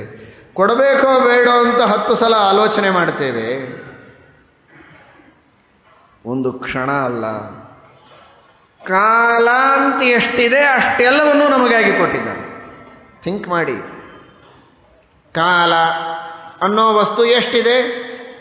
ಅನಾದಿ ಕಾಲದಿಂದ ಅನಂತ ಕಾಲದವರೆಗೆ ಈ ಕಾಲ ಪ್ರವಾಹ ಹೀಗೆ ಇದೆ. ಆ ಸಮಗ್ರವಾದ ಕಾಲ ಪ್ರವಾಹವನ್ನೇ ನಮಗಾಗಿ ಮೀಸಲಿಟ್ಟಿದ್ದಾನೆ ದೇವರು. ನೀವು ನಮಗೆ ಎಷ್ಟು ಸ್ಪೇರ್ ಮಾಡ್ತೀರಾ? 1 ಕ್ಷಣ, 2 ಕ್ಷಣ, 1 ನಿಮಿಷ, 2 ನಿಮಿಷ, 5 ನಿಮಿಷ, 10 ನಿಮಿಷ, 5 ನಿಮಿಷ ನಾವು ಮಾತಾಡಿದ್ವಿ ಪ್ರೈಮ್ ಮಿನಿಸ್ಟರ್ ಜೊತೆಗೆ. 5 ನಿಮಿಷ ರೀ, 5 ಏನು 5? ಅನಂತ ಕಾಲವನ್ನೇ ನಿನಗಾಗಿ ದೇವರು ಮೀಸಲಿಟ್ಟಿದ್ದಾನೆ. ಇನ್ನೆಲ್ಲ ಕೆಲಸ ಬಿಟ್ಟು ಕೇವಲ ನಿನ್ನ ಜೀವಸ್ವರೂಪವನ್ನು ನೇಮನ ಮಾಡೋದಕ್ಕೇನೆ ಅಂತರ್ಯಾಮಿಯಾಗಿ ನಿನ್ನೊಳಗಿದ್ದಾನೆ. ಇನ್ನೇನೂ ಕೆಲಸ ಮಾಡೋದಿಲ್ಲ ಅವನು. ಅವರು ಉಸಾಬರಿಗೆ ಹೋಗೋದಿಲ್ಲ, ಅವರಿಗಾಗಿ ಬೇರೆ ಇದೆ. ಅಲ್ಲಿ ಅಂತರ್ಯಾಮಿ ರೂಪ ಬೇರೆಯೇ ಇದೆ. ನಿನಗಾಗಿಯೇ ಇದ್ದಾನೆ ದೇವರು. ಯಾವ ಪ್ರೈಮ್ ಮಿನಿಸ್ಟರು, ಯಾವ ಮಿನಿಸ್ಟರು, ಯಾರು ನಮಗೆ ಇಷ್ಟು ಸಮಯ ಕೊಟ್ಟಿದ್ದಾರೆ? ಹಾಗಾದರೆ ತೇಜಸ್ಸಿನ ಸೃಷ್ಟಿಯಂತೆ ಪರಮಾತ್ಮ ತನ್ನನ್ನೇ ತಾನು ಅನಂತ ರೂಪಗಳಿಂದ ಸೃಷ್ಟಿ ಮಾಡಿಕೊಂಡು, ಅರ್ಥಾತ್ ತನ್ನದೇ ಆದಂತಹ ರೂಪಗಳಿಂದ ತನ್ನ ರೂಪದ ಅಭಿವ್ಯಕ್ತಿಯನ್ನು ಮಾಡಿಕೊಂಡು ಎಲ್ಲರ ನೇಮನ ಮಾಡುವುದಕ್ಕಿದ್ದಾನೆ. ಇದರಿಂದಲೂ ಅವನಿಗೇನು ಲಾಭ ಇಲ್ಲ. ಆದರೆ ನಮಗಾಗಿ ಏನೇನೋ ಕೊಡೋದು ಬೇರೆ, ತನ್ನನ್ನೇ ತಾನು ಕೊಡೋದು ಬೇರೆ. ತೇಜೋವಾರಿ ಮೃದಾಂ ಯಥಾ ವಿನಿಮಯ. ನೋಡಿ, ಒಂದು ಮಣ್ಣಿನಿಂದ ಮಡಿಕೆ ಮಾಡಿದರೆ, ಒಂದು ಮಣ್ಣಿನ ಮುದ್ದೆಯಿಂದ ಮಡಿಕೆಯನ್ನು ತಯಾರು ಮಾಡಿದರೆ ಆ ಮಣ್ಣಿನಲ್ಲಿ ಕಡಿಮೆ ಆಗುತ್ತೆ. ಇನ್ನೊಂದು ಮಡಿಕೆ ಮಾಡಿದರೆ ಮಣ್ಣಿನ ಮುದ್ದೆ ಇನ್ನೂ ಕಡಿಮೆ ಆಯಿತು, ಆಮೇಲೆ ಖಾಲಿ ಆಗುತ್ತೆ, ಮತ್ತು ಬೇರೆ ತರಬೇಕು. ಆದರೆ ಒಂದು ದೀಪದಿಂದ ಇನ್ನೊಂದು ದೀಪ ಹಚ್ಚಿದಾಗ ಮೊದಲನೇ ದೀಪ ಸ್ವಲ್ಪ ಕಡಿಮೆ ಆಯಿತು ಅಂತ ಆಗೋದಿಲ್ಲ. ಒಂದೇ ದೀಪವನ್ನು ತೆಗೆದುಕೊಂಡು 1000 ದೀಪ ಹಚ್ಚಿದರೂ ಮೊದಲನೇ ದೀಪ ಹಾಗೇ ಇರುತ್ತೆ. ಪರಮಾತ್ಮನ ಮೂಲ ರೂಪದಿಂದ ಎಷ್ಟೇ ರೂಪಗಳು ಬಂದರೂ ಕೂಡ ಮೂಲ ರೂಪದಲ್ಲಿ ಯಾವುದೇ ನ್ಯೂನತೆ ಇಲ್ಲ. ಅದನ್ನು ತಿಳಿಸುವುದಕ್ಕೆ ದೀಪದ ಉದಾಹರಣೆ ಕೊಟ್ಟಿದ್ದಾರೆ. ಆದರೆ ನ್ಯೂನತೆ ಇಲ್ಲ ಅಂತ ಅನಿಸಿದರೂ ಕೂಡ ಮೊದಲನೇ ದೀಪ ಬೇರೆ, ಎರಡನೇ ದೀಪ ಬೇರೆ, ಭೇದವಾದರೂ ಇದೆ. ಆದರೆ ಇಲ್ಲಿ ಪರಮಾತ್ಮನ ರೂಪಗಳಲ್ಲಿ ಭೇದವೂ ಇಲ್ಲ. ಈ ದೀಪ, ಇನ್ನೊಂದು ದೀಪ, ಎರಡಕ್ಕೂ ಅಭಿಮಾನಿ ದೇವತೆ ಯಾರು? ಅಗ್ನಿ. ಅವನು ಒಬ್ಬನೇ. ದೇವತೆಗಳ ಬಗ್ಗೆ ಪರಿಚಯ ಇರುವಂತಹ ವ್ಯಕ್ತಿಗಳಿಗೆ ಇದು ಗೊತ್ತು. ನೀರು, ದೀಪ ಅಥವಾ ಇನ್ನನೇಕ ವಸ್ತುಗಳು ಬೇಕಾದಷ್ಟಿರಬಹುದು, ಆದರೆ ಒಳಗಿರುವ ಅಭಿಮಾನಿ ದೇವತೆಯಲ್ಲಿ ಮಾತ್ರ ಭೇದ ಇರೋದಿಲ್ಲ, ಒಬ್ಬನೇ ಇರ್ತಾನೆ. ಹಾಗಾದರೆ ಯಾವುದೋ ಉದಾಹರಣೆ ಕೊಡ್ಬೋದಾಗಿತ್ತಲ್ಲ, ನೀರನ್ನು ಕೊಡ್ಬೋದಾಗಿತ್ತು, ಪೃಥ್ವಿಯನ್ನು ಕೊಡ್ಬೋದಾಗಿತ್ತು, ದೀಪವನ್ನೇ ಯಾಕೆ ಕೊಟ್ಟರು ಅಂದರೆ, ನಿಜ ಮೇಲ್ನೋಟಕ್ಕೂ ದೀಪದಲ್ಲಿ ನ್ಯೂನತೆ ಕಾಣೋದಿಲ್ಲ ಅನ್ನೋದಕ್ಕೆ, ಅಧಿಷ್ಠಾನದಲ್ಲಿ ನ್ಯೂನತೆಯೂ ಕಾಣೋದಿಲ್ಲ, ಅಂತರ್ಯಾಮಿಯಾದ ದೇವತೆಯಲ್ಲಿ ಐಕ್ಯವೂ ಇದೆ, ಅಂತಹ ಉದಾಹರಣೆ ಅಂತ ದೀಪವನ್ನು ಆರಿಸಿತು. ಮಣ್ಣು ಕೊಟ್ಟಿದ್ದರೆ ಒಳಗಿನ ದೇವತೆಯಲ್ಲಿ ಐಕ್ಯ ಇದೆ, ಆದರೆ ಅಧಿಷ್ಠಾನದಲ್ಲಿ ನ್ಯೂನತೆ ಕಂಡು ಬರುತ್ತೆ ಎನ್ನುವುದಕ್ಕೆ ಜನರಲ್ಲಿ ತಪ್ಪು ಕಲ್ಪನೆ ಬರಬಹುದು. ದೇವರಲ್ಲಿಯೂ ನ್ಯೂನತೆ ಬಂದುಬಿಡುತ್ತೆ ಮೂಲ ರೂಪದಲ್ಲಿ ಅಂತ. ಅದಕ್ಕಾಗಿ ತೇಜಸ್ಸಿನ ದೃಷ್ಟಾಂತವನ್ನು ಕೊಟ್ಟು ಹೇಳ್ತಾರೆ, ಇಂತಹ ಅದ್ಭುತವಾದ ಸೃಷ್ಟಿಯನ್ನು ಮಾಡಿ ಜಗತ್ತಿಗೆ ನೀಡಿದಂತಹ ಸ್ವಾಮಿ ಧಾಮ್ನಾ ಸ್ವೇನ ಸದಾ ನಿರಸ್ತ ಕುಹಕಂ ಸತ್ಯಂ ಪರಂ ಧೀಮಹಿ.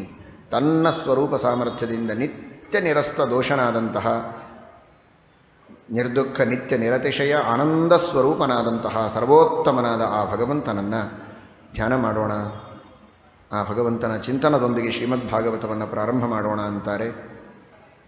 ಧರ್ಮ ಪ್ರೋಜ್ಜಿತ ಕೈತವೋತ್ರ ಪರಮೋ ನಿರ್ಮತ್ಸರಾಣಾಂ ಸತಾಂ ವೇದ್ಯಂ ವಾಸ್ತವಮತ್ರ ವಸ್ತು ಶಿವದಂ ತಾಪತ್ರಯೋನ್ಮೂಲನಂ. ಧರ್ಮ ಪ್ರೋಜ್ಜಿತ ಕೈತವೋತ್ರ ಪರಮಃ. ನಿಷ್ಕಾಮವಾದಂತಹ, ಯಾವ ವಿಧವಾದಂತಹ ಫಲಾಪೇಕ್ಷೆ ಇಲ್ಲದೆ ನಿಷ್ಕಾಮವಾದ ಧರ್ಮವನ್ನು ಮಾಡುವುದಕ್ಕೆ ಕಲಿಸ್ತದೆ ಶ್ರೀಮದ್ಭಾಗವತ. ಅದೇ ಶ್ರೀಮದ್ಭಾಗವತದ ಅಪ್ರಧಾನವಾದ ವಿಷಯ. ಪ್ರಧಾನ ವಿಷಯ ಭಗವಂತ. ಭಗವಂತನ ಪ್ರಾಪ್ತಿಗೆ ಸಾಧನವಾದ, ಜ್ಞಾನಕ್ಕೆ ಸಾಧನವಾದ ನಿಷ್ಕಾಮ ಧರ್ಮವನ್ನು ತಿಳಿಸುವುದು ಎರಡನೆಯ ವಿಷಯ. ಯಾವ ತರಹದ ಮಾತ್ಸರ್ಯಾದಿ ದೋಷಗಳಿರಬಾರದು. ದೊಡ್ಡವರಲ್ಲಿರುವ ಗುಣಗಳನ್ನು ಕಂಡು ಆನಂದಿಸುವಂತಹ ಹೃದಯ ವೈಶಾಲ್ಯ ಇರಬೇಕು. ಅಂಥವರು ಶ್ರೀಮದ್ಭಾಗವತಕ್ಕೆ ಅಧಿಕಾರಿಗಳಾಗ್ತಾರೆ. ನಿರ್ಮತ್ಸರಾಣಾಂ ಸತಾಂ ವೇದ್ಯಂ ವಾಸ್ತವಮತ್ರ ವಸ್ತು ಶಿವದಂ.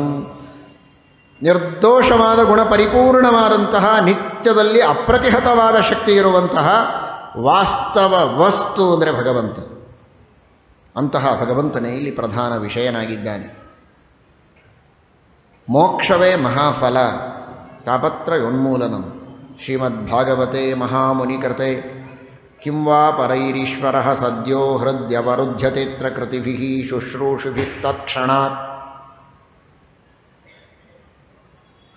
ಮೋಕ್ಷ ಇದು ಫಲ. ಮೋಕ್ಷ ಸಿಗಬೇಕಾದರೆ ಭಗವಂತ ನಮ್ಮ ಹೃದಯದಲ್ಲಿ ಬಂದು ನೆಲೆಸಬೇಕು. ಉತ್ತಮ ಅಧಿಕಾರಿಯಾದರೆ ಭಾಗವತವನ್ನು ಕೇಳ್ತಾ ಇರುವಾಗ ತತ್ಕ್ಷಣಾತ್ ಹೃದಯವರುದ್ಧತೆ, ಹೃದಯದಲ್ಲಿ ಭಗವಂತ ಬಂದು ನೆಲೆಸ್ತಾನೆ. ಸ್ವಲ್ಪ ಅಧಿಕಾರದಲ್ಲಿ ನ್ಯೂನತೆ ಇದ್ದರೆ, ಯೋಗ್ಯತೆ ಕಡಿಮೆ ಇದ್ದರೆ ಸದ್ಯ ಆ ದಿನ, ಆ ಕ್ಷಣ, ಆ ದಿನ, ಉತ್ತಮಾಧಿಕಾರಿಗಳಿಗೆ ಆ ಕ್ಷಣ ಸಾಮಾನ್ಯರಿಗೆ ಆ ದಿನ, ಇನ್ನೂ ಸಾಮಾನ್ಯರಿಗೆ ಆ ವಾರ, ಆ ತಿಂಗಳು, ಆ ವರ್ಷ, ಆ ಜನ್ಮದಲ್ಲಿ ಆದರೂ ಭಗವಂತನಲ್ಲಿ ಭಕ್ತಿ ಬರುತ್ತೆ. ಅಂತೂ ಶ್ರೀಮದ್ಭಾಗವತವನ್ನು ಶ್ರದ್ಧೆಯಿಂದ ಕೇಳಿದವರಿಗೆ ಹೃದಯದಲ್ಲಿ ಭಗವಂತ ಅಧಿರೂಢನಾಗುವುದರೊಳಗೆ ಸಂಶಯವಿಲ್ಲ. ಅಂತಹ ಶ್ರೀಮದ್ಭಾಗವತದ ಶ್ರವಣವನ್ನು ಮಾಡಿ 1 ದಿನ 2 ದಿನ ಅಂತ ಅನ್ನಬೇಡಿ, ಮೋಕ್ಷ ಆಗುವವರೆಗೆ ಅಲ್ಲ, ಮೋಕ್ಷದಲ್ಲಿಯೂ ಶ್ರವಣ ಮಾಡಿ ಅಂತ. ನಿಗಮಕಲ್ಪ ತರೋರ್ಗಲಿತಂ ಫಲಂ ಶುಕಮುಖಾದಮೃತದ್ರವ ಸಂಯುತಂ ಪಿಬತ ಭಾಗವತಂ ರಸಂ ಆಲಯಂ ಮುಹುರಹೋ ರಸಿಕಾ ಭುವಿ ಭಾವುಕಾಃ. ವೇದ ಇದೊಂದು ದೊಡ್ಡದಾದಂತಹ ಕಲ್ಪವೃಕ್ಷ ಇದ್ದಂತೆ. ಗಿಡಕ್ಕೆ ಚಿಗುರು, ಎಲೆ, ಹೂವು, ಹಣ್ಣು ಹೀಗೆ ಬರುತ್ತಲ್ಲ, ಹಾಗೆ ಇಲ್ಲಿ ಮೊಟ್ಟ ಮೊದಲು ವೇದವೆಂಬಂತಹ ಕಲ್ಪವೃಕ್ಷಕ್ಕೆ ಚಿಗುರಿನಂತೆ ಬರುವುದು ಕಾಮ.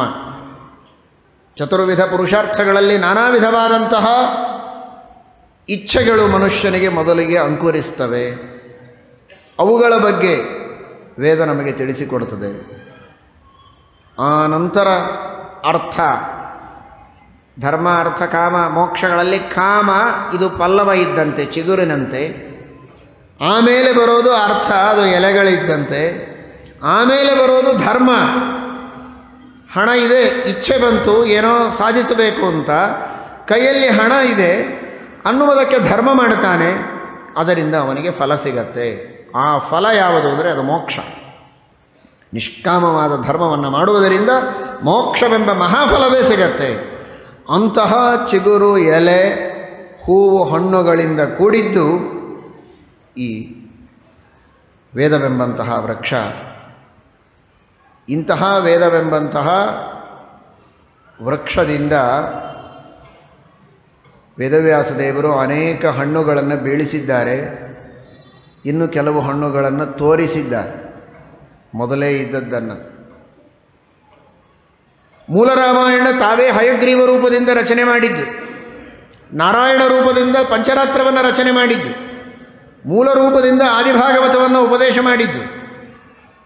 ಅವುಗಳೆಲ್ಲವನ್ನು ವೇದವ್ಯಾಸ ದೇವರು ಇದೇ ವೇದಗಳ ಸಾರ ರೂಪವಾಗಿರುವಂತಹ ಈ ಎಲ್ಲ ಗ್ರಂಥಗಳಿವೆ, ಅವುಗಳನ್ನು ಅಧ್ಯಯನ ಮಾಡಿ, ಅವುಗಳ ಚಿಂತನೆ ಮಾಡಿ, ಅವುಗಳ ಅರ್ಥವನ್ನು ತಿಳಿದುಕೊಳ್ಳಿ, ನಾನೇ ಮತ್ತೊಂದು ರೂಪಗಳಿಂದ ಮಾಡಿದ್ದು ಅವುಗಳನ್ನೆಲ್ಲ ಅಂತ ತೋರಿಸಿದರು. ಶ್ರೀಮದ್ಭಾಗವತ ಮಹಾಭಾರತಾದಿ ಗ್ರಂಥಗಳನ್ನು ತಾವೇ ಸ್ವತಃ ರಚನೆ ಮಾಡಿಕೊಟ್ಟು ವೇದಗಳ ಸಾರವನ್ನು ನಮಗೆಲ್ಲ ತಿಳಿಸಿಕೊಟ್ಟಿದ್ದಾರೆ. ಅಂತಹ ಶ್ರೀಮದ್ಭಾಗವತವೆಂಬಂತಹ ವೇದವ್ಯಾಸದೇವರಿಂದ ರಚಿತವಾದ ವೇದಗಳ ಸಾರರೂಪವಾದಂತಹ ಏನು ಗ್ರಂಥ ಇದೆ, ಇದನ್ನು ಶುಕಮುಖಾದ ಅಮೃತದ್ರವ ಸಂಯುತಂ. ಗಿಳಿ ಕಚ್ಚಿದ ಹಣ್ಣು ಬಹಳ ರುಚಿ ಇರುತ್ತೆ ಅಂತ ಸಾಮಾನ್ಯ, ಆದರೆ ಇಲ್ಲಿ ಅರ್ಥವನ್ನು ತಿಳಿಸ್ತಾರೆ ಯಾದವಾರ್ಯರು. ಶುಕಮುಖಾದ ಅಮೃತದ್ರವ ಸಂಯುತಂ ಅಂದರೆ ಶುಕಾಚಾರ್ಯರ ಮುಖ ಅಂತ ಅರ್ಥ ಅಲ್ಲ, ಶುಕಾಚಾರ್ಯರೇ ಮೊದಲಾದ ಮಹಾಮಹಾಜ್ಞಾನಿಗಳು, ಋಷಿಗಳು ಅವರೆಲ್ಲ ಇದಕ್ಕೊಂದು ದ್ರವವನ್ನು ನೀಡಿದ್ದಾರೆ, ಇದಕ್ಕೊಂದು ದ್ರವಣ ಗತಿಯನ್ನು ಕೊಟ್ಟಿದ್ದಾರೆ. ಅದೇನು ಗತಿ? ವೇದಗಳಿಗೆ ಅನುಗುಣವಾಗಿ ವ್ಯಾಖ್ಯಾನ ಮಾಡಿದ್ದಾರೆ. ಯಾವ ರೀತಿ ಶ್ರೀಮದ್ಭಾಗವತದಲ್ಲಿ ವೇದಾರ್ಥಗಳು ಅಡಗಿವೆ ಅಂತ ನಮಗೆ ತೋರಿಸಿಕೊಟ್ಟಿದ್ದಾರೆ. ಸಂಪ್ರದಾಯ ಕ್ರಮದಲ್ಲಿ ನಮಗೆ ಉಪದೇಶ ಮಾಡಿದ್ದಾರೆ. ವೇದವ್ಯಾಸದೇವರಿಗೆ ಸಮ್ಮತವಾದ ಅರ್ಥವನ್ನು ನಮಗೆ ತಿಳಿಸಿಕೊಟ್ಟಿದ್ದಾರೆ. ಇದೇ ದ್ರವೀಕರಣ, ಆರ್ದ್ರೀಕರಣ. ಅದರೊಳಗಿರುವಂತಹ ಸಾರವನ್ನು, ರಸವನ್ನು ನಮಗೆ ತೋರಿಸಿಕೊಟ್ಟಿದ್ದಾರೆ. ಇಂತಹ ಶ್ರೀಮದ್ಭಾಗವತ ಸಕಲ ವೇದಗಳ ಸಾರವನ್ನು ಪುಟ್ಟ ಗ್ರಂಥದಲ್ಲಿ ನಾವು ಪಡೆಯಬಹುದು. ದೊಡ್ಡ ಗ್ರಂಥ ನಮಗೆ ಭಾಗವತ ನೋಡಿದರೆ, ಆದರೆ ಅನಂತ ವೇದಗಳು ಅದನ್ನು ಗಮನಿಸಿದರೆ ಬಹಳ ಪುಟ್ಟದಾದ ಗ್ರಂಥ. ಈ ಗ್ರಂಥದಲ್ಲಿ ಆ ವೇದಗಳ ಸಾರವನ್ನು ತುಂಬಿದ್ದಾರಲ್ಲ, ಇದನ್ನು ಬಿಡಬೇಡಿ, ಬಿಟ್ಟು ಕೆಡಬೇಡಿ. ಜನ್ಮ ಇರೋವರೆಗೆ ಅಲ್ಲ, ಜನ್ಮ ಜನ್ಮಾಂತರದಲ್ಲಿಯೂ ಶ್ರೀಮದ್ಭಾಗವತದ ಶ್ರವಣ ಮಾಡುವ ಸೌಭಾಗ್ಯವನ್ನು ದೇವರು ಕರುಣಿಸಲಿ ಅಂತ ಪ್ರಾರ್ಥಿಸಿ, ಈ ಜನ್ಮದಲ್ಲಿಯಂತೂ ದೇವರು ಈ ಸೌಭಾಗ್ಯವನ್ನು ಕೊಟ್ಟಾಗ ವಂಚನೆ ಆಗದಂತೆ ನಿರಂತರವಾಗಿ ಭಾಗವತಾದಿ ಸಚ್ಚಾಸ್ತ್ರಗಳ ಶ್ರವಣವನ್ನು ಮಾಡ್ತಾ ಇರಬೇಕು ಎಂಬುದಾಗಿ ತಿಳಿಸ್ತಾರೆ. ಸೂತಾಚಾರ್ಯರು ನೈಮಿಷಾರಣ್ಯದಲ್ಲಿ ಇರುವಾಗ ಶೌನಕಾದಿ ಮಹರ್ಷಿಗಳು ಪ್ರಶ್ನೆ ಕೇಳುತ್ತಾರೆ. ಶೌನಕಾದಿಗಳು ಯಜ್ಞ ಮಾಡುವ ಸ್ಥಳಕ್ಕೆ ಸೂತಾಚಾರ್ಯರು ಬಂದಿದ್ದಾರೆ. ಅವರಿಗೆ ಯೋಗ್ಯವಾದಂತಹ ಸ್ಥಾನವನ್ನು ನೀಡಿ ಗೌರವವನ್ನು ಸಲ್ಲಿಸಿ ಶೌನಕಾದಿ ಮಹರ್ಷಿಗಳು ಯಾವುದೇ ಅಹಂಕಾರ ಇಲ್ಲದಂತೆ ಅತ್ಯಂತ ವಿನಯದಿಂದ ಪ್ರಶ್ನೆಯನ್ನು ಮಾಡುತ್ತಾ ಇದ್ದಾರೆ. ಭೂರೀಣಿ ಭೂರಿ ಕರ್ಮಾಣಿ ಶ್ರೋತವ್ಯಾನಿ ವಿಭಾಗಶಃ. ಸಾಕಷ್ಟು ಕೇಳಬೇಕಾದದ್ದಿದೆ, ಮಾಡಬೇಕಾದದ್ದಿದೆ. ಅನಂತ ವೇದಗಳಲ್ಲಿ ಮಾಡಬೇಕು ಅಂತ ಹೇಳಿದ ಕರ್ಮಗಳು ಹೇರಳ. ಆದರೆ ಅವುಗಳನ್ನೆಲ್ಲ ತಿಳಿಸಿ ಹೇಳುವವರು ಬಹಳ ವಿರಳ. ನೀವು ನಮಗೆ ಸರಳವಾಗಿ ಅದರ ಸಾರವನ್ನು ಉಪದೇಶ ಮಾಡಬೇಕು. ಅತಃಸಾಧೋತ್ರ ಯತ್ಸಾರಂ ಸಮುದ್ರತ್ಯ ಮನೀಷಯ. ಅದರ ಸಾರವನ್ನು ನಮಗೆ ಹೇಳಿ. ಯಾವುದು ಅತ್ಯಂತ ಅವಶ್ಯವಾಗಿ ಮಾಡಬೇಕಾದದ್ದು, 100, 8, 1000, 10 ಹಲವು ಬೇಡ. ಅದರಲ್ಲಿ ಆರಿಸಿ ಹೇಳಿ, ಇಷ್ಟು ಮಾಡಿದರೆ ಸಾಕು, ಇದರಿಂದ ಮೋಕ್ಷವಾಗತ್ತೆ ಅಂತ ನಮಗೆ ಸಾರವನ್ನು ಎತ್ತಿ ಹೇಳುವುದಕ್ಕೆ ತಾವು ಉಪಕಾರ ಮಾಡಬೇಕು ಅಂತ ಸೂತಾಚಾರ್ಯರಿಗೆ ಶೌನಕಾದಿ ಮಹರ್ಷಿಗಳು ಕೇಳುತ್ತಾರೆ. ಜೊತೆಗೆ ನಮ್ಮ ಉದ್ಧಾರಕ್ಕಾಗಿಯೇ ಅವತಾರ ಮಾಡಿದ ಮಹಾನುಭಾವ ಶ್ರೀಕೃಷ್ಣ ಪರಮಾತ್ಮ ಭೂಮಿಯಲ್ಲೇ ಅವತಾರ ಮಾಡಿ ಭೂಭಾರ ಹರಣ ಮಾಡಿದ ವಾರ್ತೆಯನ್ನು ನಾವು ಕೇಳಿದ್ದೇವೆ ನಿಮ್ಮ ಮುಖದಿಂದಲೇ ಅನೇಕ ಪುರಾಣಗಳಲ್ಲಿ. ಆ ಶ್ರೀಕೃಷ್ಣ ಪರಮಾತ್ಮನ ದಿವ್ಯವಾದ ಲೀಲೆಗಳನ್ನು ನಮಗೆ ತಿಳಿಸಿ ಹೇಳಿ. ಅಷ್ಟು ಮಾತ್ರವಲ್ಲ, ಅನೇಕ ಅವತಾರಗಳನ್ನು ಭಗವಂತ ಮಾಡಿದ್ದಾನೆ. ಅವನ ವಿವಿಧ ಅವತಾರಗಳ ವಿವಿಧ ಲೀಲೆಗಳು, ಒಂದೊಂದು ಲೀಲೆಗಳು ಸಾಕು ಚಿಂತನೆ ಮಾಡಿದವರಿಗೆ ಸಂಸಾರದ ಬಂಧನವನ್ನು ಕಳೆಯುವುದಕ್ಕೆ. ಅಂತಹ ಭಗವಂತನ ಅವತಾರದ ಲೀಲೆಗಳನ್ನು ಹೇಳಿ. ನಂತರ ಶ್ರೀಕೃಷ್ಣ ಪರಮಾತ್ಮ ಯಾವಾಗ ಪರಂಧಾಮಕ್ಕೆ ಹೋದ, ಕೃಷ್ಣೇ ಸ್ವಧಾಮೋಪಗತೆ ಧರ್ಮಃ ಕಂ ಶರಣಂಗತಃ. ಧರ್ಮವನ್ನು ಎತ್ತಿ ಹಿಡಿಯುವುದಕ್ಕೆ, ಧರ್ಮದ ರಕ್ಷಣೆ ಮಾಡುವುದಕ್ಕೆ ಅಂತ ದೇವರು ಅವತಾರ ಮಾಡಿದ್ದೇನೆ ಅಂತ ಹೇಳಿಕೊಂಡಲ್ಲ. ಯದಾ ಯದಾ ಹಿ ಧರ್ಮಸ್ಯ ಗ್ಲಾನಿರ್ಭವತಿ ಭಾರತ ಅಭ್ಯುತ್ಥಾನಮಧರ್ಮಸ್ಯ ತದಾತ್ಮಾನಂ ಸೃಜಾಮ್ಯಹಂ. ಅಧರ್ಮವನ್ನು ನಾಶ ಮಾಡಿದ, ಧರ್ಮದ ಸ್ಥಾಪನೆ ಮಾಡಿದ. ನಟ್ಟರೆ ನಟ್ಟ ಸ್ಥಳದಲ್ಲಿ ನೆಟ್ಟಗೆ ನಿಲ್ಲುವ ವೃಕ್ಷ ಅಲ್ಲ ಅದು ಧರ್ಮ. ಧರ್ಮವನ್ನು ನಟ್ಟ ವ್ಯಕ್ತಿ ಅದು ನೆಟ್ಟಗೆ ನಿಲ್ಲಬೇಕು ಅಂದರೆ ತಾನು ಗಟ್ಟಿಯಾಗಿ ಆಚೆ ಈಚೆ ಸರಿಯದೆ ಅದನ್ನು ಹಿಡಿದುಕೊಂಡು ನಿಲ್ಲಬೇಕು, ಅಂದಾಗ ನಿಲ್ಲುತ್ತೆ. ಕೃಷ್ಣ ಧರ್ಮದ ಸ್ಥಾಪನೆ ಮಾಡಿದ, ತಾನು ಪರಂಧಾಮಕ್ಕೆ ಹೋದ ಅಂದರೆ ತನ್ನ ಪಾಡಿಗೆ ತಾನು ನಿಲ್ಲೋದಲ್ಲ ಅದು ಧರ್ಮ. ಅದು ಮತ್ತೆ ಕುಸಿದು ಬೀಳುತ್ತೆ, ಅದು ಹಾಳಾಗಿ ಹೋಗ್ತದೆ, ಮತ್ತೆ ಗ್ಲಾನಿ, ಮತ್ತೆ ಹಾನಿ. ಹಾಗಾದರೆ ಪುನಃ ಧರ್ಮವನ್ನು ಗಟ್ಟಿಯಾಗಿ ಹಿಡಿದುಕೊಂಡು ನಿಲ್ಲುವವರು ಯಾರು? ಯಾರಿಗೆ ಶರಣು ಹೋಯಿತು? ಈ ಪ್ರಶ್ನೆಗಳಿಗೆ ತಾವು ಉತ್ತರವನ್ನು ಕೊಡಬೇಕು. ಕಾರಣ ಇಷ್ಟೇ, ಸುದ್ದಿಯನ್ನು ಕೇಳೋದಕ್ಕಲ್ಲ, ಇದು ನಮ್ಮ ಉದ್ಧಾರಕ್ಕೆ. ನಾವೆಲ್ಲ ಧರ್ಮವನ್ನು ಆಚರಣೆ ಮಾಡಬೇಕು ಅಂತ ಅಪೇಕ್ಷೆ ಇದ್ದವರು, ನಮ್ಮನ್ನು ನಂಬಿದ ನಮ್ಮ ಶಿಷ್ಯರೆಲ್ಲ ಇದ್ದಾರೆ, ಅವರಿಂದ ಧರ್ಮವನ್ನು ನಾವು ಮಾಡಿಸ್ಬೇಕು. ಹಾಗಾದರೆ ಯಾವ ಆಧಾರವನ್ನಿಟ್ಟುಕೊಂಡು, ಯಾರನ್ನು ನಂಬಿ, ಯಾರ ಅನುಗ್ರಹದಿಂದ, ಯಾರ ರಕ್ಷಣೆಯ ಕವಚದಲ್ಲಿ ನಾವು ಧರ್ಮವನ್ನು ಮಾಡಬೇಕು? ಇದನ್ನು ನಾವು ಅರ್ಥ ಮಾಡಿಕೊಳ್ಳಬೇಕಾಗಿದೆ. ಅದಕ್ಕಾಗಿ ನಮಗೆ ಈ ಪ್ರಶ್ನೆಗಳಿಗೆ ಉತ್ತರ ಬೇಕು ಅಂತ ಕೇಳಿದಾಗ ಸೂತಾಚಾರ್ಯರು ಬಹಳ ಸಂತೋಷದಿಂದ ಉತ್ತರವನ್ನು ನೀಡುತ್ತಾ ಇದ್ದಾರೆ. ಇದು ಭಾಗ್ಯ, ಇದು ಭಾಗ್ಯ, ಇದು ಭಾಗ್ಯವಯ್ಯ. ಇಂತಹ ವೇದವ್ಯಾಸದೇವರು ಹೇಳಿದ ಉಪದೇಶವನ್ನು ನಿಮಗೆ ತಿಳಿಸುವ ಒಂದು ಸೌಭಾಗ್ಯ ನನ್ನಂಥವರಿಗೆ ನೀವು ಕೊಟ್ಟಿದ್ದೀರಲ್ಲ, ಬಹಳ ಸಂತೋಷ ಅಂತ ಅತ್ಯಂತ ವಿನಮ್ರರಾಗಿ, ಕೇಳುವವರಿಗೂ ಅಹಂಕಾರ ಇಲ್ಲ, ಹೇಳುವವರಿಗೂ ಅಹಂಕಾರ ಇಲ್ಲ, ಇದ್ದರೆ ಅದು ಭಾಗವತವೇ ಅಲ್ಲ. ಸೂತಾಚಾರ್ಯರಿಗೆ ಏನೂ ಅಹಂಕಾರ ಇಲ್ಲ. ನಂದೇನಿದೋ ಸ್ವಾಮಿ, ನಿಂದೇ ಇದೆಲ್ಲವೂ ಅಂತಂದ ಹಾಗೆ ಅವರಂತಾರೆ, ನಾನೇನು ಹೇಳಲಿ, ವೇದವ್ಯಾಸ ದೇವರೇನು ಶುಕಾಚಾರ್ಯರಿಗೆ ಉಪದೇಶ ಮಾಡಿದರೋ ಅದನ್ನೇ ನಾನು ನಿಮಗೆ ಹೇಳುತ್ತೇನೆ. ನಿಜಂ ಪ್ರವ್ರಜಂತಮನುಪೇತಮಪೇತ ಕೃತ್ಯಂ ದ್ವೈಪಾಯನೋ ವಿರಹ ಕಾತರ ಆಜುಹಾವ ಪುತ್ರೇತಿ ತನ್ಮಯತಯಾ ತರವೋಪಿ ನೇದುಸ್ತಂ ಸರ್ವಭೂತಹೃದಯಂ ಮುನಿಮಾನತೋಸ್ಮಿ ಯಸ್ವಾನುಭಾವಮಖಿಲಶ್ರುತಿಸಾರಮೇಕಮಧ್ಯಾತ್ಮದೀಪಂ ಅತಿಥಿತಿರ್ಷತಾಂ ತಮೋಂಧಂ ಸಂಸಾರಿಣಂ ಕರುಣಯಾ ಪುರಾಣಗುಹ್ಯಂ ತಂ ವ್ಯಾಸಸೂನುಮುಪಯಾಮಿ ಗುರುಂ ಮುನೀನಾಂ. ಈ ಶ್ರೀಮದ್ಭಾಗವತವನ್ನು ಉಪದೇಶ ಮಾಡಿದ ಮಹಾನುಭಾವರು ಶುಕಾಚಾರ್ಯರು, ಮನೋಭಿಮಾನಿ ದೇವತೆಗಳು, ವೇದವ್ಯಾಸದೇವರು ಸ್ವಯಂ ಪರಮ ಸರ್ವಜ್ಞ ಶಿಖಾಮಣಿಗಳು, ನಿತ್ಯ ನಿರ್ದುಃಖರು. ಆದರೂ ಕೂಡ ಶುಕಾಚಾರ್ಯರು ವಿರಕ್ತರಾಗಿ ಸನ್ಯಾಸವನ್ನು ತೆಗೆದುಕೊಳ್ಳುತ್ತೇನೆ ಅಂತ ಹೊರಟರೆ ಅದ್ಯ ಜನರಿಗೆ ಅಸುರರಿಗೆ ಮೋಹನ ಮಾಡುವುದಕ್ಕೆ ವೇದವ್ಯಾಸದೇವರು ತಮಗೆ ದುಃಖವಾದಂತೆ ನಾಟಕ ಮಾಡಿ ಪುತ್ರ ಅಂತ ಒದರಿದರಂತೆ. ಆಗ ಎಲ್ಲ ವೃಕ್ಷಗಳಿಂದ ಎಲ್ಲ ಪದಾರ್ಥಗಳಿಂದ ಪ್ರತಿಧ್ವನಿ ಬಂತು. ಯಾಕೆ ಅಂದರೆ ಎಲ್ಲರ ಮನಸ್ಸಿನಲ್ಲಿ ಅಭಿಮಾನಿಗಳಾಗಿ ಶುಕಾಚಾರ್ಯರಿದ್ದದ್ದರಿಂದ ನಾನಾ ವ್ಯಕ್ತಿಗಳಿಂದ ನಾನಾ ತರಹದ ಜೀವರಾಶಿಗಳ ಮನಸ್ಸಿನಲ್ಲಿ ಒಳಗಿರುವಂತಹ ಶುಕಾಚಾರ್ಯರಿಂದ ಉತ್ತರ ಬಂತಂತೆ. ಅದರರ್ಥ ನಾನು ಎಲ್ಲರ ಮನಸ್ಸಿನೊಳಗೂ ಇದ್ದೇನೆ, ನಾನು ಎಲ್ಲಿಯೂ ಬಿಟ್ಟು ಹೋಗೋದಿಲ್ಲ ಅಂತನ್ನುವ ಸೂಚನೆಯನ್ನು ಅವರು ನೀಡಿದರು ಅಂತ. ವೇದವ್ಯಾಸ ದೇವರಿಗೆ ದುಃಖ ಇಲ್ಲ ಅನ್ನುವುದು ನಮಗೆ ಗೊತ್ತು. ಆದರೆ ಶುಕಾಚಾರ್ಯರ ಮಹತ್ವ ಎಂಥದ್ದು. ಎಂಥವರನ್ನು ಆರಿಸಿದ ದೇವರು ಭಾಗವತದ ಉಪದೇಶ ಮಾಡಲಿಕ್ಕೆ, ಇದನ್ನು ತಿಳ್ಕೊಳ್ಳಿ.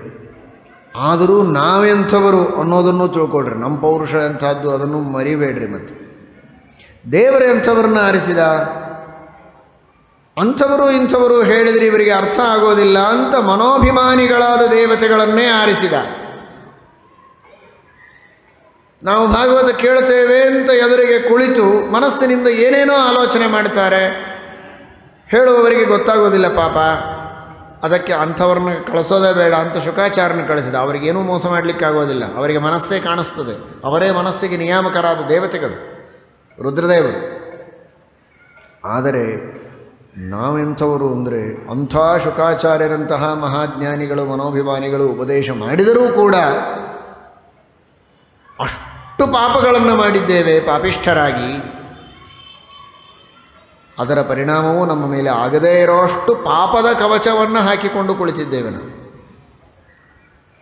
ಆ ಪಾಪಗಳನ್ನು ಆ ಭಗವಂತನೇ ಕಳೆದು ಆ ಶುಕಾಚಾರ್ಯರ ಮೂಲಕ ಬಂದ ಉಪದೇಶ ನಮ್ಮ ಮನಸ್ಸಿಗೆ ನಾಟುವಂತೆ ಮಾಡಬೇಕು. ಶುಕಾಚಾರ್ಯರ ಮೂಲಕ ದೇವರು ಉಪದೇಶ ಮಾಡಿದ್ದಾನೆ. ವೈರಾಗ್ಯ ಶಿಖಾಮಣಿಗಳು ಜನ ತಪ್ಪು ತಿಳಿದಿದ್ದಾರೆ. ರುದ್ರದೇವರು ಅಂದರೆ ಬರೀ ವಿಷಯಾಸಕ್ತರು, ಯಾವಾಗಲೂ ಪಾರ್ವತಿಯ ಜೊತೆಗೆ ರಮಣವನ್ನು ಮಾಡುವವರು ಅಂತ. ಭಗವಂತನ ಆಜ್ಞೆ ಅನ್ನುವುದಕ್ಕಾಗಿ ಲೋಕ ಸೃಷ್ಟಿ ನಡೆಯಬೇಕು, ಲೋಕಯಾತ್ರೆ ನಡೆಯಬೇಕು, ಈ ಕಾರಣಕ್ಕಾಗಿ ಅವರು ಪಾರ್ವತಿ ರಮಣರಾದರೂ ಕೂಡ ಸ್ವಭಾವತಃ ಅವರು ವೈರಾಗ್ಯಾಭಿಮಾನಿ ದೇವತೆಗಳು. ಬರೀ ಮನೋಭಿಮಾನಿ ದೇವತೆಗಳಲ್ಲ, ವೈರಾಗ್ಯಾಧಿಪತಿಗಳು ರುದ್ರದೇವರು. ವೈರಾಗ್ಯವನ್ನು ನಮಗೆ ನೀಡುವವರೇ ಅವರು. ಅಂತಹ ಮಹಾನುಭಾವರು ಆ ವೈರಾಗ್ಯದ, ಜ್ಞಾನದ, ಭಕ್ತಿಯ, ಪರಾಕಾಷ್ಠೆಯ ಒಂದು ಆವಿಷ್ಕಾರವನ್ನು ಈ ಶುಕರೂಪದಲ್ಲಿ ಮಾಡಿದ್ದಾರೆ ಮಹಾನುಭಾವ. ಎಂಥ ವೈರಾಗ್ಯ, ಏನು ಜ್ಞಾನ, ಎಂಥ ಭಕ್ತಿ, ಎಂತಹ ನಿಸ್ಪೃಹತೆ. ಅಂದರೆ ವ್ಯಕ್ತಿ ಜವಾಬ್ದಾರಿ ಇದ್ದಷ್ಟು ಕಾರ್ಯಗಳನ್ನು ಮಾಡಬೇಕು, ಇನ್ನುಳಿದ ಹೊತ್ತಿನಲ್ಲಿ ನಿರ್ಲಿಪ್ತನಾಗಿ ನಿಸ್ಪೃಹನಾಗಿ ತಾನಿರಬೇಕು. ದೇವರು ತನಗೆ ಜವಾಬ್ದಾರಿ ಕೊಟ್ಟಿದ್ದಾರೆ. ಆ ರುದ್ರ ಪದವಿಯಲ್ಲಿ ಕುಳಿತು ಮಾಡುವಾಗ ಅಷ್ಟೇ ಜವಾಬ್ದಾರಿಯಿಂದ ಸೃಷ್ಟಿಯಾದಿ ಕಾರ್ಯಗಳನ್ನು ಮಾಡ್ತಾರೆ. ಇಲ್ಲ ಅಂದರೆ ಅಷ್ಟು ನಿರ್ಲಿಪ್ತರಾಗಿ ವಿರಕ್ತರಾಗಿ ಭಗವಂತನ ಧ್ಯಾನದಲ್ಲಿ ತಾವು ಮುಳುಗ್ತಾರೆ. ಹೀಗಿರಬೇಕು ನೀವು ಅಂತ ತಮ್ಮ ಎರಡು ರೂಪಗಳನ್ನು ಜಗತ್ತಿಗೆ ಮುಂದಿಟ್ಟು ಸಂದೇಶವನ್ನು ನೀಡಿದ ಮಹಾನುಭಾವರು ರುದ್ರದೇವರು. ಅಂತಹ ರುದ್ರದೇವರಿಗೆ ನಮಸ್ಕಾರವನ್ನು ಮಾಡಿದ್ದಾರೆ.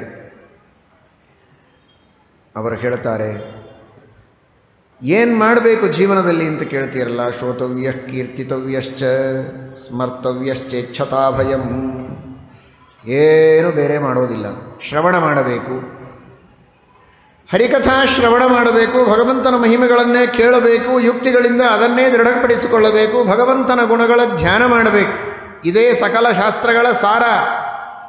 ಇನ್ನೇನೇನೋ ಧರ್ಮಗಳನ್ನು ಹೇಳಿದ್ದಾರೆ, ಬೇಡ ಅಂತಲ್ಲ, ಯಥಾಶಕ್ತಿ ಮಾಡಲೇಬೇಕು. ನಿತ್ಯ ಕರ್ಮಗಳನ್ನಂತೂ ಬಿಡದೇ ಮಾಡಬೇಕು. ಆದರೆ ಗುರಿ ಇದಾಗಿರಬೇಕು. ಧರ್ಮಸ್ವನುಷ್ಠಿತಃ ಪುಂಸಾಂ ವಿಶ್ವಕ್ಸೇನ ಕಥಾಶ್ರಯಾಂ ನೋತ್ಪಾದಯೇದ್ಯದಿರತಿಂ ಶ್ರಮಯೇವ ಹಿ ಕೇವಲಂ. ಎಷ್ಟು ಧರ್ಮ ಮಾಡಿದರೂ ಕೂಡ ಭಗವಂತನ ಪಾದಾರವಿಂದಗಳಲ್ಲಿ ಭಕ್ತಿ ಬರಲಿಲ್ಲ ಅಂದರೆ ಮಾಡಿದ ಧರ್ಮ ಎಲ್ಲ ವ್ಯರ್ಥ. ಅಪೂಪದಾನವನ್ನು ಮಾಡ್ತೀರಾ, ಇಷ್ಟೊತ್ತು ಹೇಳಿದರು ಅದರ ಬಗ್ಗೆ. ಅಪೂಪದಾನವನ್ನು ಮಾಡಬೇಕು, ಭಕ್ತಿಯಿಂದ ಮಾಡ್ತೀರಿ, ಮಾಡಿ ದೇವರ ಸ್ಮರಣೆಯನ್ನು ಮಾಡಬೇಕು. ಜೊತೆಗೆ ಅದರ ಫಲ ಏನು ಅಪೇಕ್ಷೆ ಪಡಬೇಕು, ಭಕ್ತಿ. ಈ ಅಪೂಪದಾನವನ್ನು ಮಾಡಿದ್ದರಿಂದ ಆ 33 ದೇವತೆಗಳಲ್ಲಿ ಅಂತರ್ಯಾಮಿಯಾದ ಭಾರತೀಯ ರಮಣ ಮುಖ್ಯ ಪ್ರಾಣಾಂತರ್ಗತನಾದ 33 ರೂಪಿಯಾದ ವಿಷ್ಣು ಜಿಷ್ಣು ಮೊದಲಾದ ಆ ಎಲ್ಲ ಭಗವಂತನ ರೂಪಗಳು ಪ್ರಸನ್ನರಾಗಿ ನಮಗೆ ವಿಶಿಷ್ಟವಾದ ಭಕ್ತಿಯನ್ನು ಕೊಡಲಿ. ಇದನ್ನೇ ಪ್ರಾರ್ಥನೆ ಮಾಡಿಕೊಳ್ಳಬೇಕು, ಆ ಕಡೆಗೇನೇ ಗಮನ ಇರಬೇಕು. ಈ ರೀತಿ ಪ್ರತಿಯೊಂದು ಧರ್ಮವನ್ನು ಮಾಡಿದ್ದಕ್ಕೆ ಭಕ್ತಿಯೇ ನಮಗೆ ಗುರಿಯಾಗಿರಬೇಕು. ಭಕ್ತಿಯನ್ನು ಪಡೆದುಕೊಳ್ಳುವುದೇ ಮುಖ್ಯವಾದಂತಹ ನಮ್ಮ ಧ್ಯೇಯವಾಗಿರಬೇಕು ಅಂತ ತಿಳಿಸಿಕೊಟ್ಟಿದ್ದಾರೆ. ಶ್ರೀಕೃಷ್ಣ ಪರಮಾತ್ಮನ ಅವತಾರದ ವಿಸ್ತೃತವಾದ ವರ್ಣನೆಯನ್ನು ಮುಂದೆ ದಶಮಸ್ಕಂಧದಲ್ಲಿ ಮಾಡುತ್ತಾರೆ. ಪರಮಾತ್ಮನ ಇನ್ನುಳಿದ ಅವತಾರಗಳನ್ನು ಕ್ರಮವಾಗಿ ಬೇರೆ ಬೇರೆ ಸ್ಕಂಧಗಳಲ್ಲಿ ವರಾಹಾದಿ ಅವತಾರಗಳ ನಿರೂಪಣೆಯನ್ನು ಮಾಡ್ತಾರೆ. ಇಲ್ಲಿ ಸಂಕ್ಷೇಪವಾಗಿ ಪರಮಾತ್ಮನ ಅವತಾರಗಳನ್ನು ತಿಳಿಸ್ತಾರೆ. ಜಗೃಹೇ ಪೌರುಷಂ ರೂಪಂ ಭಗವಾನ್ ಮಹದಾದಿಭಿಃ ಸಂಭೂತಂ ಷೋಡಶಕಲಂ ಆದೌ ಲೋಕ ಸಿಸೃಕ್ಷಯ. ಪರಮಾತ್ಮ ಪುರುಷ ರೂಪವನ್ನು ಸ್ವೀಕಾರ ಮಾಡ್ತಾನೆ. ಶ್ವೇತದ್ವೀಪ, ಅನಂತಾಸನ, ವೈಕುಂಠಗಳಲ್ಲಿ ತನ್ನ 3 ರೂಪಗಳನ್ನು ಇಡ್ತಾನೆ. ಶ್ವೇತದ್ವೀಪದಲ್ಲಿರುವಂತಹ ತನ್ನ ನಾರಾಯಣ ರೂಪ, ಆ ನಾರಾಯಣ ರೂಪದಿಂದ ಮತ್ತೆ ಅನೇಕ ಅವತಾರಗಳನ್ನು ಪರಮಾತ್ಮ ಸ್ವೀಕಾರ ಮಾಡ್ತಾನೆ. ಪರಮಾತ್ಮನ ಎಲ್ಲ ಅವತಾರಗಳು ಅನಾದಿ, ಎಲ್ಲ ಅವತಾರಗಳು ನಿತ್ಯ. ಯಾವ ಅವತಾರಗಳು ಹೊಸದಾಗಿ ಬಂದದ್ದಿಲ್ಲ. ಪ್ರಹ್ಲಾದರಾಜರು ಹೇಳಿದರು ನರಸಿಂಹಾವತಾರ ಬಂತು, ದೇವಕಿ ವಸುದೇವರಲ್ಲಿ ಕೃಷ್ಣ ಹೊಸದಾಗಿ ಅವತಾರ ಮಾಡಿದ ಅಲ್ಲ. ಎಲ್ಲ ಭಗವಂತನ ಅವತಾರಗಳು, ಎಲ್ಲ ರೂಪಗಳು ಅನಾದಿ ನಿತ್ಯವಾಗಿದೆ. ಆ ಶ್ವೇತದ್ವೀಪದಲ್ಲಿ ಇರುವಂತಹ ತನ್ನ ನಾರಾಯಣ ರೂಪದಿಂದ ಆ ಎಲ್ಲ ರೂಪಗಳ ಆವಿಷ್ಕಾರ ಆಗುವಂತೆ, ಜನರೆಲ್ಲರಿಗೆ ತೋರುವಂತೆ ಅವುಗಳನ್ನು ಹೊರಗೆ ಪರಮಾತ್ಮ ಒಂದು ವಿಶ್ಲೇಷ ವಿಶೇಷ ಅಂತ ಅದಕ್ಕೆ ಒಂದು ಕಡೆಗೆ ಒಂದು ವಿಶಿಷ್ಟವಾದ ರೀತಿಯಲ್ಲಿ ಭಗವಂತ ಕೂಡಿಕೊಂಡಿರ್ತಾನೆ. ನಮಗೆ ಕಾಣುವಂತೆ ಪರಮಾತ್ಮ ಹೊರಗೆ ಎದ್ದು ಬರ್ತಾನಷ್ಟೇ, ಬೇರೆ ಇನ್ನೇನಲ್ಲ ಅವತಾರ ಅಂದರೆ. ಅಂತಹ ಪರಮಾತ್ಮನ ಮತ್ಸ್ಯಕೂರ್ಮಾದಿ ಅವತಾರಗಳು, ಮಹಿದಾಸ, ಯಜ್ಞ, ಧನ್ವಂತರಿ, ಹೀಗೆ ಅನೇಕ ಅವತಾರಗಳನ್ನೆಲ್ಲ ವರ್ಣನೆ ಮಾಡ್ತಾರೆ. ಎಲ್ಲ ಅವತಾರಗಳು ಕೂಡ ಪರಿಪೂರ್ಣ, ಎಲ್ಲವೂ ನಿರ್ದೋಷ, ಯಾವ ಅವತಾರಗಳಲ್ಲಿಯೂ ತಾರತಮ್ಯ ಇಲ್ಲ. ಎಲ್ಲ ಅವತಾರಗಳು ಕೂಡ ಪರಮಾತ್ಮನದು ಅತ್ಯಂತ ಅಭಿನ್ನವಾಗಿವೆ ಎಂಬುದಾಗಿ ತಿಳಿದು ಉಪಾಸನೆಯನ್ನು ಮಾಡಬೇಕು ಎಂಬುದಾಗಿ ಸೂತಾಚಾರ್ಯರು ಶೌನಕಾದಿಗಳಿಗೆ ತಿಳಿಸ್ತಾರೆ. ಧರ್ಮಃಕಂ ಶರಣಂಗತಃ ಅಂತ ಕೇಳಿದೆಯಲ್ಲಪ್ಪ ಕೊನೆಗೆ ಪ್ರಶ್ನೆ. ಧರ್ಮಃಕಂ ಶರಣಂಗತಃ ಅಂದರೆ ವೇದವ್ಯಾಸ ದೇವರಿಗೆ ಶರಣು ಹೋಗಿದೆ. ಕೃಷ್ಣಾವತಾರದಿಂದ ಭಗವಂತ ತಾನು ಧರ್ಮದ ರಕ್ಷಣೆಯನ್ನು ಮಾಡಿದ್ದ ನಂತರ ಆ ಧರ್ಮ ವೇದವ್ಯಾಸ ರೂಪದಲ್ಲಿರುವ ಭಗವಂತನಿಗೆ ಶರಣು ಹೋದದ್ದು.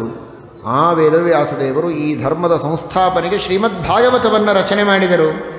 ಆ ಶ್ರೀಮದ್ ಭಾಗವತದ ಮೂಲಕ ಈ ಧರ್ಮವನ್ನು ರಕ್ಷಣೆ ಮಾಡಿದ್ದಾರೆ. ಪುರಾಣಾರ್ಕಃ ಅಮುನೋದಿತಃ. ಶ್ರೀಮದ್ ಭಾಗವತವೆಂಬಂತಹ ಶ್ರೇಷ್ಠವಾದ ಈ ಪುರಾಣ ಸೂರ್ಯನಂತೆ ಇದೆ. ಸೂರ್ಯನಂತೆ ಭಗವಂತ ಹೊರಗಿನ ಸೂರ್ಯ ದೇವರನ್ನು ಬಿಟ್ಟು ಉಳಿದೆಲ್ಲ ಪದಾರ್ಥಗಳು ನಮಗೆ ತೋರುವಂತೆ ಮಾಡಿದರೆ, ಈ ಶ್ರೀಮದ್ ಭಾಗವತವೆಂಬ ಸೂರ್ಯ ದೇವರು ನಮಗೆ ತೋರುವಂತೆ ಮಾಡುವಂತಹ ಸೂರ್ಯ, ದೇವರ ಮೇಲೆ ಬೆಳಕು ಚೆಲ್ಲುವಂತಹ ಸೂರ್ಯ. ಇಂತಹ ಈ ಶ್ರೀಮದ್ ಭಾಗವತಕ್ಕೆ ನಾವು ಶರಣು ಹೋದರೆ ನಮ್ಮ ಧರ್ಮ ಸುರಕ್ಷಿತವಾಗಿ ಉಳಿಯುವುದಕ್ಕೆ ಸಾಧ್ಯ ಇದೆ. ಅಂತಹ ಭಾಗವತದ ಅಧ್ಯಯನವನ್ನು ನಾವು ಮಾಡಬೇಕು ಎಂಬುದಾಗಿ ತಿಳಿಸಿದ್ದಾರೆ.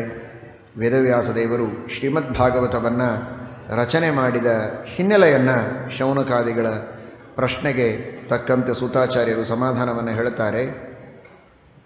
ವೇದವ್ಯಾಸ ದೇವರು ಮಹಾಭಾರತಾದಿ ಗ್ರಂಥಗಳನ್ನು ರಚನೆ ಮಾಡಿದರು. ವೇದಗಳಿಗಿಂತಲೂ ಉತ್ತಮವಾದದ್ದು ಮಹಾಭಾರತ. ಭಾರತಾನ್ನ ವಿರಾಗಾಯ ಭಾರತಾನ್ನ ವಿಮುಕ್ತಯೇ. ಭಾರತಕ್ಕಿಂತಲೂ ಮಿಗಿಲಾದ ವೈರಾಗ್ಯ ಸಾಧನವಾದ ಗ್ರಂಥ ಇಲ್ಲ, ಮೋಕ್ಷ ಸಾಧನವಾದ ಗ್ರಂಥ ಇಲ್ಲ. ವೇದಗಳಿಗಿಂತಲೂ ಉತ್ತಮವಾದದ್ದು ಮಹಾಭಾರತ. ಅಂತಹ 60 ಲಕ್ಷ ಶ್ಲೋಕಗಳ ದಿವ್ಯವಾದ ಗ್ರಂಥವನ್ನು ರಚನೆ ಮಾಡಿದರು ವೇದವ್ಯಾಸದೇವರು. ಆದರೂ ವೇದವ್ಯಾಸದೇವರಿಗೆ ಮಾಡಬೇಕಾದದ್ದನ್ನೆಲ್ಲ ಮಾಡಿ ಮುಗಿಸಿ ಆಯಿತು, ಇನ್ನು ಸಾಕು ಅಂತ ಅನಿಸಿಲ್ಲ. ಭಕ್ತರ ಉದ್ಧಾರಕ್ಕಾಗಿ ಇನ್ನೂ ನಾನು ಮಾಡಬೇಕಾದದ್ದುಂಟು ಅಂತ ಅವರು ಭಾವಿಸಿದ್ದಾರೆ. ಕಾರಣ ಇಷ್ಟೇ, ಮಹಾಭಾರತದ ಭಾಷೆ ಅಲ್ಲಲ್ಲಿ ಗುಹ್ಯವಾಗತ್ತೆ. ದರ್ಶನ ಭಾಷೆ ಇರುತ್ತೆ, ಕೆಲವೊಂದು ಕಡೆಗೆ ಸಮಾಧಿ ಭಾಷೆ ಇದೆ, ನೇರವಾಗಿ ವಿಷ್ಣುವಿನ ಮಹಿಮೆಯನ್ನು ತಿಳಿಸುವಂತಹ ಮಾತುಗಳಿರುತ್ತೆ. ಇನ್ನು ಕೆಲವು ಕಡೆಗೆ ಏನೋ ವಿಷಯಗಳನ್ನು ಹೇಳಿದ ಹಾಗೆ ತೋರುತ್ತೆ, ಒಳಗಿನ ಆಂತರ್ಯ ನಮಗೆ ಗೊತ್ತಾಗೋದಿಲ್ಲ. ಮೇಲ್ನೋಟಕ್ಕೆ ಭಗವಂತನ ಮಹಿಮೆ ತೋರುವಂತೆ ಹೇಳಿದರೂ ಅರ್ಥ ಮಾಡಿಕೊಳ್ಳದ ನಮ್ಮಂಥವರಿಗೆ ಮಹಾಭಾರತದ ಉಪಯೋಗ ಪರಿಪೂರ್ಣ ಮಟ್ಟದಲ್ಲಿ ಆಗದೇ ಇರಬಹುದು. ಉತ್ತಮಾಧಿಕಾರಿಗಳಿಗೆ ಮಹಾಭಾರತದಿಂದಲೇ ಭಗವಂತನ ಮಹಿಮೆಯನ್ನು ತಿಳಿದುಕೊಳ್ಳುವುದಕ್ಕೆ ಸಾಧ್ಯವಾದರೂ ಮಂದಾಧಿಕಾರಿಗಳಿಗೋಸ್ಕರ ವೇದವ್ಯಾಸದೇವರು ಇನ್ನೊಂದು ಗ್ರಂಥವನ್ನು ಇವರಿಗಾಗಿ ನಾನು ರಚನೆ ಮಾಡಬೇಕು ಅಂತ ಸಂಕಲ್ಪ ಮಾಡಿದ್ದಾರೆ. ತಾವು ಮಾಡಿದ ಸಂಕಲ್ಪಕ್ಕೆ ತಕ್ಕಂತೆ ತಾವು ಗ್ರಂಥವನ್ನು ರಚನೆ ಮಾಡಿದ್ದರೆ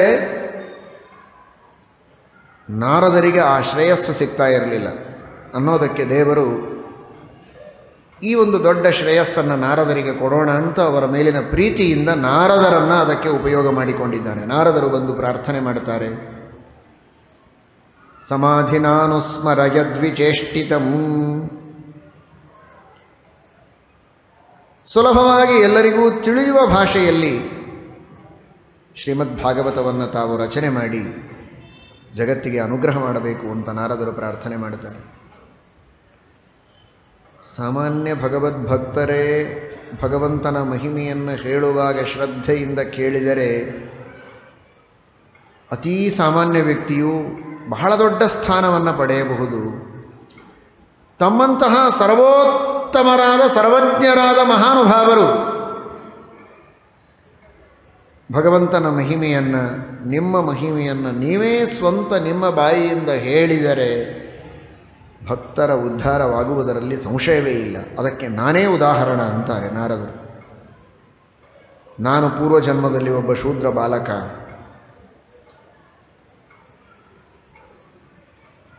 ಯತಿಗಳು ಒಂದು ಕಡೆಗೆ ಚಾತುರ್ಮಾಸ್ಯ ವ್ರತವನ್ನು ಅನುಷ್ಠಾನ ಮಾಡ್ತಾ ಇದ್ದರು. ಸೇವೆಗೆ ಅಂತ ಹೋದೆ.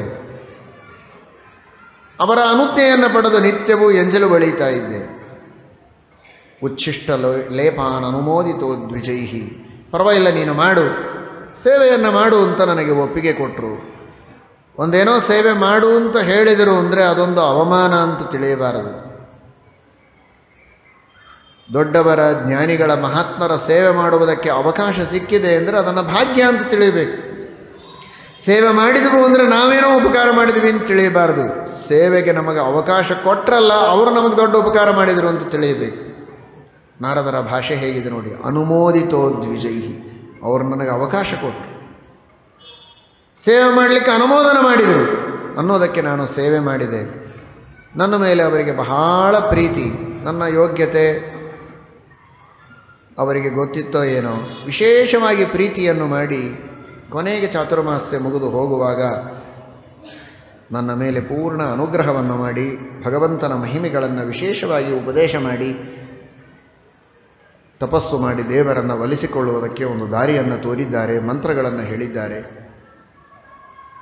ಅವರು ಹೇಳಿದ ಉಪದೇಶವನ್ನು ಮನಸ್ಸಿನಲ್ಲಿಟ್ಟುಕೊಂಡು ಧ್ಯಾನ ಮಾಡ್ತಾ ನಾನಿದ್ದೆ. ಅವರೆಲ್ಲ ಹೊರಟರು. ಒಂದು ದಿನ ಇದ್ದಕ್ಕಿದ್ದಂತೆ ಹಾವು ಕಚ್ಚಿ ನನ್ನ ತಾಯಿ ತೀರಿ ಹೋದಳು. ನಾನೊಬ್ಬಂಟಿಗನಾದೆ, ಚಿಕ್ಕ ಬಾಲಕ. ಆದರೆ ನನಗೆ ಭಯ ಇರಲಿಲ್ಲ. ಜ್ಞಾನಿಗಳು ಆ ಭಗವತ್ತತ್ವವನ್ನು ಉಪದೇಶ ಮಾಡಿದ್ದರ ಪ್ರಭಾವ ಕಾಮಕ್ರೋಧ ವಿಯುಕ್ತಾನಾಂ ಯತೀನಾಂ ಯತಚೇತಸಾಂ ಅಭಿತೋ ಬ್ರಹ್ಮ ನಿರ್ವಾಣಂ ವರ್ತತೆ ವಿದಿತಾತ್ಮನಾಂ. ತಿಳಿದಂತಹ ಮಾನವನಿಗೆ ಸುತ್ತಲೂ ರಕ್ಷಣೆ ಮಾಡುವುದಕ್ಕೆ ಪರಬ್ರಹ್ಮನೇ ನಿಂತಿರ್ತಾನೆ ಸರ್ವಾಂಗ ರಕ್ಷಕನಾಗಿ. ನನಗೆಲ್ಲದರ ಭಯ? ಯಾವ ಭಯವೂ ಇರಲಿಲ್ಲ. ತಾಯಿಯನ್ನು ಕಳೆದುಕೊಂಡ ದುಃಖ ನನಗಾಗಬೇಕಾಗಿತ್ತು ನಿಜ, ಆದರೆ ನನಗೆ ದುಃಖವೂ ಆಗಲಿಲ್ಲ. ದೇವರು ನನ್ನ ಸಾಧನೆಯನ್ನು ಮಾಡುವುದಕ್ಕೆ ನನ್ನನ್ನು ಮುಕ್ತನನ್ನಾಗಿ ಮಾಡಿದ ಅಂತ ನಾನು ತಿಳಿದೆ. ಚಿಕ್ಕ ವಯಸ್ಸು, ಯಾಕಪ್ಪ ಸ್ನಾನ, ಧ್ಯಾನ, ಅಧ್ಯಯನ ಇವುಗಳನ್ನೆಲ್ಲ ಯಾಕೆ ಮಾಡ್ತೀಯಾ ಅಂತಂತ ಇದ್ಲೋ ಏನೋ ಅನ್ನುವುದಕ್ಕೆ ಭಗವಂತ ನನ್ನನ್ನು ಏಕಾಂಗಿಯನ್ನಾಗಿ ಮಾಡಿದ. ನಾನು ಮುಕ್ತನಾದೆ. ಊರಿಂದ ಊರಿಗೆ ಹೊರಟೆ. ಬೇಕಾದಷ್ಟು ಅದ್ಭುತವಾದ ಪಟ್ಟಣಗಳು, ನಗರಗಳು, ಹಳ್ಳಿಗಳು, ಪಶುಗಳು, ಪ್ರಜೆಗಳು, ಆಕರ್ಷಕ ವಸ್ತುಗಳು ಏನಿತ್ತೋ ಎಲ್ಲದರ ಮೇಲೆ ಹಾದು ಹೋದೆ. ಆದರೆ ಯಾವುದೂ ನನ್ನ ಮನಸ್ಸನ್ನು ಆಕರ್ಷಣೆ ಮಾಡಲಿಲ್ಲ. ಕೆಲವರಿಗೆ ಆಶ್ರಮಗಳು, ಏಕಾಂತದ ಸ್ಥಾನಗಳು, ರೆಸಾರ್ಟ್ಗಳು, ಅರಣ್ಯದ ಪ್ರದೇಶಗಳು ಅವುಗಳು ಆಕರ್ಷಣೆ ಮಾಡ್ತದೆ. ಕೆಲವರಿಗೆ ಪಟ್ಟಣಗಳು ಆಕರ್ಷಣೆ ಮಾಡ್ತದೆ. ನಾನು ಪಟ್ಟಣವನ್ನೂ ಸುತ್ತಿದೆ, ಅರಣ್ಯಗಳನ್ನೂ ಸುತ್ತಿದೆ, ಹಳ್ಳಿಗಳನ್ನೂ ಸುತ್ತಿದೆ. ಎಲ್ಲಿ ಹೋದರೂ ನನ್ನ ಮನಸ್ಸಿಗೆ ಯಾವ ಆಕರ್ಷಣೆಯೂ ಇಲ್ಲ. ಅಂಥ ವೈರಾಗ್ಯವನ್ನು ತಂದು ಕೊಟ್ಟಿತ್ತು ಚಾತುರ್ಮಾಸ್ಯ ಕಾಲದ ಕೆಲವು ದಿನಗಳ ಜ್ಞಾನಿಗಳ ಉಪದೇಶ. ಅಂತಹ ನಿಷ್ಠೆಯನ್ನು ನನ್ನಲ್ಲಿ ತಂದುಕೊಟ್ಟಿತ್ತು. ದೇವರನ್ನು ಕಂಡೇ ತೀರಬೇಕು ಅನ್ನುವಂತಹ ಒಂದು ಸದಾಗ್ರಹ ನನ್ನಲ್ಲಿ ಮೂಡಿತ್ತು. ಜ್ಞಾನಿಗಳ ಉಪದೇಶದ ಪ್ರಭಾವ. ಕೊನೆಗೊಂದು ಸ್ಥಾನಕ್ಕೆ ಹೋದೆ. ವೃಕ್ಷದ ಮೂಲದಲ್ಲಿ ಕುಳಿತು ಏಕಾಗ್ರ ಮನಸ್ಸಿನಿಂದ ಆ ಋಷಿಗಳು ಹೇಳಿದ ತತ್ವವನ್ನು ಧ್ಯಾನ ಮಾಡ್ತಾ ಇದ್ದೆ, ಚಿಂತನೆ ಮಾಡ್ತಾ ಇದ್ದರೆ ಹೃದಯಾಸೀನ್ಮೇಷಣೈರ್ಹರಿಹಿ ಆ ಭಗವಂತನ ದರ್ಶನ ಆಯಿತು. ಪರಮಾನಂದ ಪುಲಕಿತನಾದೆ. ರೋಮಾಂಚನವಾಗಿದೆ. ಆನಂದ ಬಾಷ್ಪಗಳು ಸುರಿತಾ ಇವೆ. ಪರಮಾನಂದ ಮಗ್ನನಾಗಿರುವಾಗಿದ್ದಕ್ಕಿದ್ದಂತೆ ಭಗವಂತ ಅದೃಶ್ಯನಾಗಿದ್ದಾನೆ. ಅಷ್ಟೇ ದುಃಖವಾಗಿದೆ. ಅತ್ತೆ ಕರೆದೆ, ಹೊರಳಾಡಿದೆ. ಭಗವಂತ ಹೇಳಿದ, ಅವಿಪಕ್ವ ಕಷಾಯಣಾಂ ದುರ್ದರ್ಶೋಹಂ ಕುಯೋಗಿನಾಂ. ಇಷ್ಟು ಸುಲಭವಾಗಿ ನಾನು ಕಾಣೋದಿಲ್ಲಪ್ಪ. ನನ್ನ ದರ್ಶನದ ಆನಂದ ಹೇಗಿರುತ್ತೆ ಅಂತ ಒಂದು ಸೂಚನೆ ಕೊಟ್ಟೆ ಅಷ್ಟೇ. ಗೊತ್ತಾಯ್ತಲ್ಲ ಎಂತಹ ಆನಂದ ಇರುತ್ತೆ. ಹಾಗಾದರೆ ಇದಕ್ಕಾಗಿ ನೀನಿನ್ನು ಪ್ರಯತ್ನ ಮಾಡು ಅಂತ ಆಕಾಶವಾಣಿಯಾಗಿದೆ. ಅದೇ ರೀತಿ ನಾನು ನಿರಂತರ ಧ್ಯಾನ, ನಿರಂತರ ಸತ್ಕರ್ಮಗಳ ಅನುಷ್ಠಾನವನ್ನು ಮಾಡ್ತಾ ಮಾಡ್ತಾ ಮಾಡ್ತಾ ಆ ಪಾಂಚಭೌತಿಕ ಶರೀರವನ್ನು ಕಳೆದುಕೊಂಡೆ.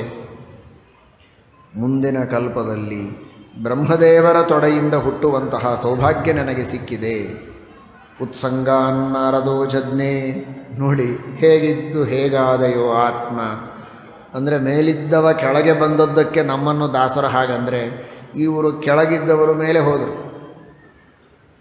ಒಬ್ಬ ಸಾಮಾನ್ಯ ಶೂದ್ರ ದಾಸಿಯ ಮಗನಾದ ವ್ಯಕ್ತಿ ಬ್ರಹ್ಮದೇವರ ಸಾಕ್ಷಾತ್ ದೇವರ ಮಗನಾಗಿ ಜನಿಸಬೇಕಾದರೆ ಅದೆಂತಹ ದೊಡ್ಡದಾದ ಸೌಭಾಗ್ಯ ಅವನಿಗೆ ಸಿಕ್ಕಿದೆ. ಹಾಗಾದರೆ ವೇದವ್ಯಾಸದೇವರೇ, ನಿಮ್ಮ ದಾಸರಾದ ಜ್ಞಾನಿಗಳ ಉಪದೇಶದಿಂದಲೇ ನಾನೊಬ್ಬ ಶೂದ್ರ ಬಾಲಕನಾದವ ಇಂತಹ ದೊಡ್ಡ ಸ್ಥಾನವನ್ನು ಪಡೆದಿರಬೇಕಾದರೆ ನಿಮ್ಮಂಥವರು ನೇರವಾಗಿ ಉಪದೇಶ ಮಾಡಿದರೆ ಶ್ರೀಮದ್ ಭಾಗವತವನ್ನು ಎಷ್ಟು ಜನರ ಉದ್ಧಾರವಾಗುತ್ತೆ. ದಯಮಾಡಿ ತಾವು ಶ್ರೀಮದ್ ಭಾಗವತವನ್ನು ರಚನೆ ಮಾಡಬೇಕು ಅಂತ ಪ್ರಾರ್ಥನೆ ಮಾಡಿದ್ದಾರೆ ವೇದವ್ಯಾಸದೇವರು. ಸರಸ್ವತಿ ನದಿ, ಅದರ ಪಶ್ಚಿಮ ತೀರ, ಶಮ್ಯಾಪ್ರಾಸ, ಗಾರ್ಹಪತ್ಯಾಗ್ನಿ, ಆಹವನೀಯಾಗ್ನಿಗಳ ಮಧ್ಯದ ಪ್ರದೇಶದಲ್ಲಿ ನಿಂತು ಶಮ್ಯ ಅಂತ ಒಂದು ಪಾತ್ರ, 36 ಅಂಗುಲದ ಪಾತ್ರವನ್ನು ಎಸೆದು ಎಲ್ಲಿ ಅದು ಬೀಳುತ್ತೋ ಅಲ್ಲಿ ಮಂಟಪವನ್ನು ನಿರ್ಮಾಣ ಮಾಡಿ ಅಲ್ಲಿ ಯಜ್ಞವನ್ನು ಮಾಡಬೇಕು ಅಂತ ವೈದಿಕ ವಿಧಿ. ಅಂತಹ ಒಂದು ಕ್ಷೇತ್ರ ಶಮ್ಯಾಪ್ರಾಸ. ಆ ಪವಿತ್ರವಾದ ಪರಿಸರದಲ್ಲಿ ವೇದವ್ಯಾಸದೇವರು ಕುಳಿತು ಧ್ಯಾನ ಮಾಡ್ತಾ ಇದ್ದಾರೆ. ಸೂಚನೆ ಏನು ಅಂದರೆ, ಪ್ರಾರಂಭದಲ್ಲಿ ಒಂದು ಮಾತು ಬರ್ತದೆ, ಶುಶ್ರೂಷೋ ಶ್ರದ್ಧಾನಸ್ಯ ವಾಸುದೇವ ಕಥಾರತಿ ಸ್ಯಾನ್ಮಹತ್ ಸೇವಯಾ ವಿಪ್ರಾಹ ಪುಣ್ಯತೀರ್ಥ ನಿಷೇವಣಾತ್. ಆ ಮಾತನ್ನು ಸೂಚನೆ ಮಾಡ್ತಾರೆ ಇಲ್ಲಿ ವೇದವ್ಯಾಸದೇವರು. ಸರಸ್ವತಿ ನದೀ ತೀರದೊಳಗೆ ಅದರ ಪಶ್ಚಿಮ ತೀರದಲ್ಲಿದ್ದಾರೆ. ಶಮ್ಯಾಪ್ರಾಸ ಅದು ಯಜ್ಞಯಾಗಗಳನ್ನು ಮಾಡುವ ಕ್ಷೇತ್ರ. ಹಾಗಾದರೆ ಪುಣ್ಯತೀರ್ಥದಲ್ಲಿ ಸ್ನಾನ ಮಾಡಬೇಕು, ಅದು ಮೊದಲು ಸಾಧನೆ. ಅದರಿಂದ ಮಹಾತ್ಮರ ಸಮಾಗಮ, ಅವರ ಸೇವೆ, ಆಮೇಲೆ ಶ್ರದ್ಧೆ, ಆಮೇಲೆ ಅವರಿಂದ ಶಾಸ್ತ್ರಗಳ ಶ್ರವಣ, ಅದರಿಂದ ಕಥೆಯಲ್ಲಿ ಆಸಕ್ತಿ, ಆಮೇಲೆ ಭಗವಂತ ಹೃದಯದಲ್ಲಿ ಪ್ರವೇಶ ಮಾಡಿ ನಮ್ಮ ಎಲ್ಲ ಪಾಪಗಳ ಪರಿಹಾರ ಮಾಡ್ತಾನೆ, ಆಮೇಲೆ ದೃಢವಾದ ನಿಷ್ಠೆ, ಅದರಿಂದ ಸಾಕ್ಷಾತ್ಕಾರ, ಆಮೇಲೆ ಭಗವಂತನ ಅನುಗ್ರಹದಿಂದ ಮೋಕ್ಷ. ಈ ಮೆಟ್ಟಲುಗಳನ್ನು ಸೂಚನೆ ಮಾಡುವುದಕ್ಕಾಗಿ ಆ ಪರಿಸರವನ್ನು ವರ್ಣನೆ ಮಾಡ್ತಾರೆ. ನದಿ ತೀರ, ಯಜ್ಞಯಾಗಾದಿಗಳನ್ನು ಮಾಡುವ ಪರಿಸರ, ಅಂತಹ ಪರಿಸರದಲ್ಲಿ ಜ್ಞಾನವನ್ನು ನೀಡುವ ಶ್ರೀಮದ್ ಭಾಗವತದ ಉದಯ. ಕರ್ಮಣ ಜ್ಞಾನ ಮಾತನೋತಿ ಎನ್ನುವ ಸೂಚನೆಯನ್ನು ನೀಡುತ್ತಾರೆ. ವೇದವ್ಯಾಸ ದೇವರು ಸರ್ವಜ್ಞರಾದವರು ಶ್ರೀಮದ್ ಭಾಗವತದ ರಚನೆಯನ್ನು ಮಾಡುತ್ತಾರೆ. ಮಹಾಭಾರತದ ಉಪಸಂಹಾರ, ಶ್ರೀಮದ್ ಭಾಗವತದ ಪ್ರಾರಂಭ. ಪಾಂಡವರ ಯುದ್ಧ ಎಲ್ಲ ಮುಗಿದಿದೆ, ದುರ್ಯೋಧನನ ಪತನವಾಗಿದೆ. ಕೌರವ ಪಾಂಡವರ ಯುದ್ಧದ ನಂತರ ದುರ್ಯೋಧನನ ಪತನವಾದಾಗ ನೋಡಿ ಎಷ್ಟು ವಿಚಿತ್ರ. ಈಚೆಗೆ ಶುಕಾಚಾರ್ಯರು ಪರಮ ಭಗವದ್ಭಕ್ತಿಯಿಂದ ಶ್ರೀಮದ್ ಭಾಗವತದ ಉಪದೇಶವನ್ನು ಮಾಡುವುದಕ್ಕೆ ಇಲ್ಲಿ ಕುಳಿತಿದ್ದಾರೆ. ಆಚೆಗೆ ನೋಡಿದರೆ ಅಶ್ವತ್ಥಾಮಾಚಾರ್ಯರು, ಅವರೂ ರುದ್ರದೇವರ ಅವತಾರರೇ. ಶ್ರೀಹರಿಯ ಸಂಕಲ್ಪ ಹೇಗಿದೆ, ದುರ್ಯೋಧನನ ಇಚ್ಛೆಯನ್ನು ಪೂರ್ಣ ಮಾಡಬೇಕು, ನನಗೆ ಉಪಕಾರ ಮಾಡಿದವ ದುರ್ಯೋಧನ ಅನ್ನುವುದಕ್ಕಾಗಿ ಅವನ ಅಪೇಕ್ಷೆಯನ್ನು ಪೂರ್ಣ ಮಾಡಬೇಕು ಅಂತ ಅವನಿಗೆ ಹೋಗಿ ಕೇಳ್ತಾರೆ. ನಿನ್ನ ಅಪೇಕ್ಷೆ ಏನು ಹೇಳಪ್ಪ?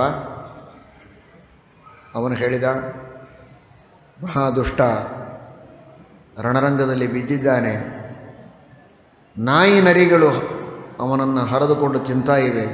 ಅಂತಹ ಪ್ರಸಂಗದಲ್ಲಿಯೂ ದುರ್ಬುದ್ಧಿ ಹೋಗಿಲ್ಲ, ವೈರಾಗ್ಯ ಬಂದಿಲ್ಲ. ಯಾಕೆ ಭಗವಂತ ಅವನನ್ನು ಆ ರೀತಿ ಭೀಮಸೇನ ದೇವರಿಗೆ ಆಜ್ಞೆ ಮಾಡಿ ಸಂಹಾರ ಮಾಡಿಸಿದ ಅನ್ನುವುದನ್ನು ಅರ್ಥ ಮಾಡಿಕೊಳ್ಳಿ. ಎಂಥ ದುಷ್ಟ, ಸ್ವಭಾವ ಎಷ್ಟು ಕೆಟ್ಟದ್ದು. ಆಗಲೂ ಹೇಳ್ತಾನೆ, ಪಾಂಡವರ ವಂಶವನ್ನು ನಿರ್ಮೂಲನ ಮಾಡಬೇಕು, ನನ್ನ ಕ್ಷೇತ್ರದಲ್ಲಿ ಸಂತತಿಯ ಅಭಿವೃದ್ಧಿಯನ್ನು ಮಾಡಬೇಕು ಅಂತ ಹೇಳಿ ಅಲ್ಲಿದ್ದ ಉಸುಕಿನಿಂದ ಅಭಿಷೇಕ ಮಾಡುತ್ತಾನೆ, ಪಟ್ಟಾಭಿಷೇಕ ಅಶ್ವತ್ಥಾಮಾಚಾರ್ಯನಿಗೆ. ಸರಿ ಅಂತಂತಾರೆ ಅಶ್ವತ್ಥಾಮಾಚಾರ್ಯರು. ರಾತ್ರಿ ಮಲಗಿದಂತಹ ಪಾಂಡವರ ಮಕ್ಕಳ ಶಿರಸ್ಸನ್ನೆಲ್ಲ ಕತ್ತರಿಸಿ ಶಿಬಿರದಲ್ಲಿ ಮಲಗಿದಂತಹ ಪಾಂಡವರ ಮಕ್ಕಳನ್ನೆಲ್ಲ ಸಂಹಾರ ಮಾಡಿದ್ದಾರೆ. ಸಂಹಾರ ಮಾಡಿ ಹೋಗ್ತಾ ಇರುವಾಗ ಅದನ್ನು ಕೇಳಿದಂತಹ ದ್ರೌಪದಿ ದುಃಖಪಟ್ಟಿದ್ದಾಳೆ. ದ್ರೌಪದಿಯ ಮಾತಿನಂತೆ ಅರ್ಜುನ ಅಶ್ವತ್ಥಾಮಾಚಾರ್ಯರನ್ನು ಸೋಲಿಸಿ ನಾನು ಕರೆದುಕೊಂಡು ಬರ್ತೇನೆ, ನೀನು ಚಿಂತೆ ಮಾಡಬೇಡ ಅಂತ ಸಮಾಧಾನ ಹೇಳಿ ಹೊರಟಿದ್ದಾನೆ. ಅಶ್ವತ್ಥಾಮಾಚಾರ್ಯರು ಏನು ಮಾಡಬೇಕು ಅಂತ ತೋಚದೆ ಬ್ರಹ್ಮಾಸ್ತ್ರವನ್ನು ಬಿಟ್ಟಿದ್ದಾರೆ. ಕೃಷ್ಣನಿಗೆ ಕೇಳಿದ ಅರ್ಜುನ, ನಾನೇನು ಮಾಡಲಿ ಅಂತ. ನೀನೂ ಬ್ರಹ್ಮಾಸ್ತ್ರವನ್ನು ಬಿಡು ಅಂತ ಹೇಳಿದ. ಸರಿ ಅಂತ ಬ್ರಹ್ಮಾಸ್ತ್ರವನ್ನು ಬಿಟ್ಟಿದ್ದಾನೆ. ಎರಡೂ ಬ್ರಹ್ಮಾಸ್ತ್ರಗಳು ಸೇರಿ ಭಾರೀ ದೊಡ್ಡದಾದಂತಹ ಅನಾಹುತವಾಗಬೇಕು. ಜಗತ್ತಿಗೆಲ್ಲ ಬಹಳ ದೊಡ್ಡ ಆಪತ್ತು ಬಂದಿದೆ, ಏನು ಮಾಡಬೇಕು ಅಂತ ಕೇಳಿದರೆ ಕೃಷ್ಣ ಹೇಳಿದ, ಬ್ರಹ್ಮಾಸ್ತ್ರವನ್ನು ನೀನೇ ಉಪಸಂಹಾರ ಮಾಡಿಕೊಂಡು ಬಿಡು ಎರಡನ್ನೂ ಅಂತ. ಬ್ರಹ್ಮಾಸ್ತ್ರವನ್ನು ಉಪಸಂಹಾರ ಮಾಡಿದ. ಅಶ್ವತ್ಥಾಮಾಚಾರ್ಯರನ್ನು ಚೆನ್ನಾಗಿ ಕಟ್ಟಿ ರಥದಲ್ಲಿ ಹಾಕಿಕೊಂಡು ದ್ರೌಪದಿಯ ಕಾಲೆದುರಿಗೆ ತಂದು ಹಾಕಿದ್ದಾನೆ.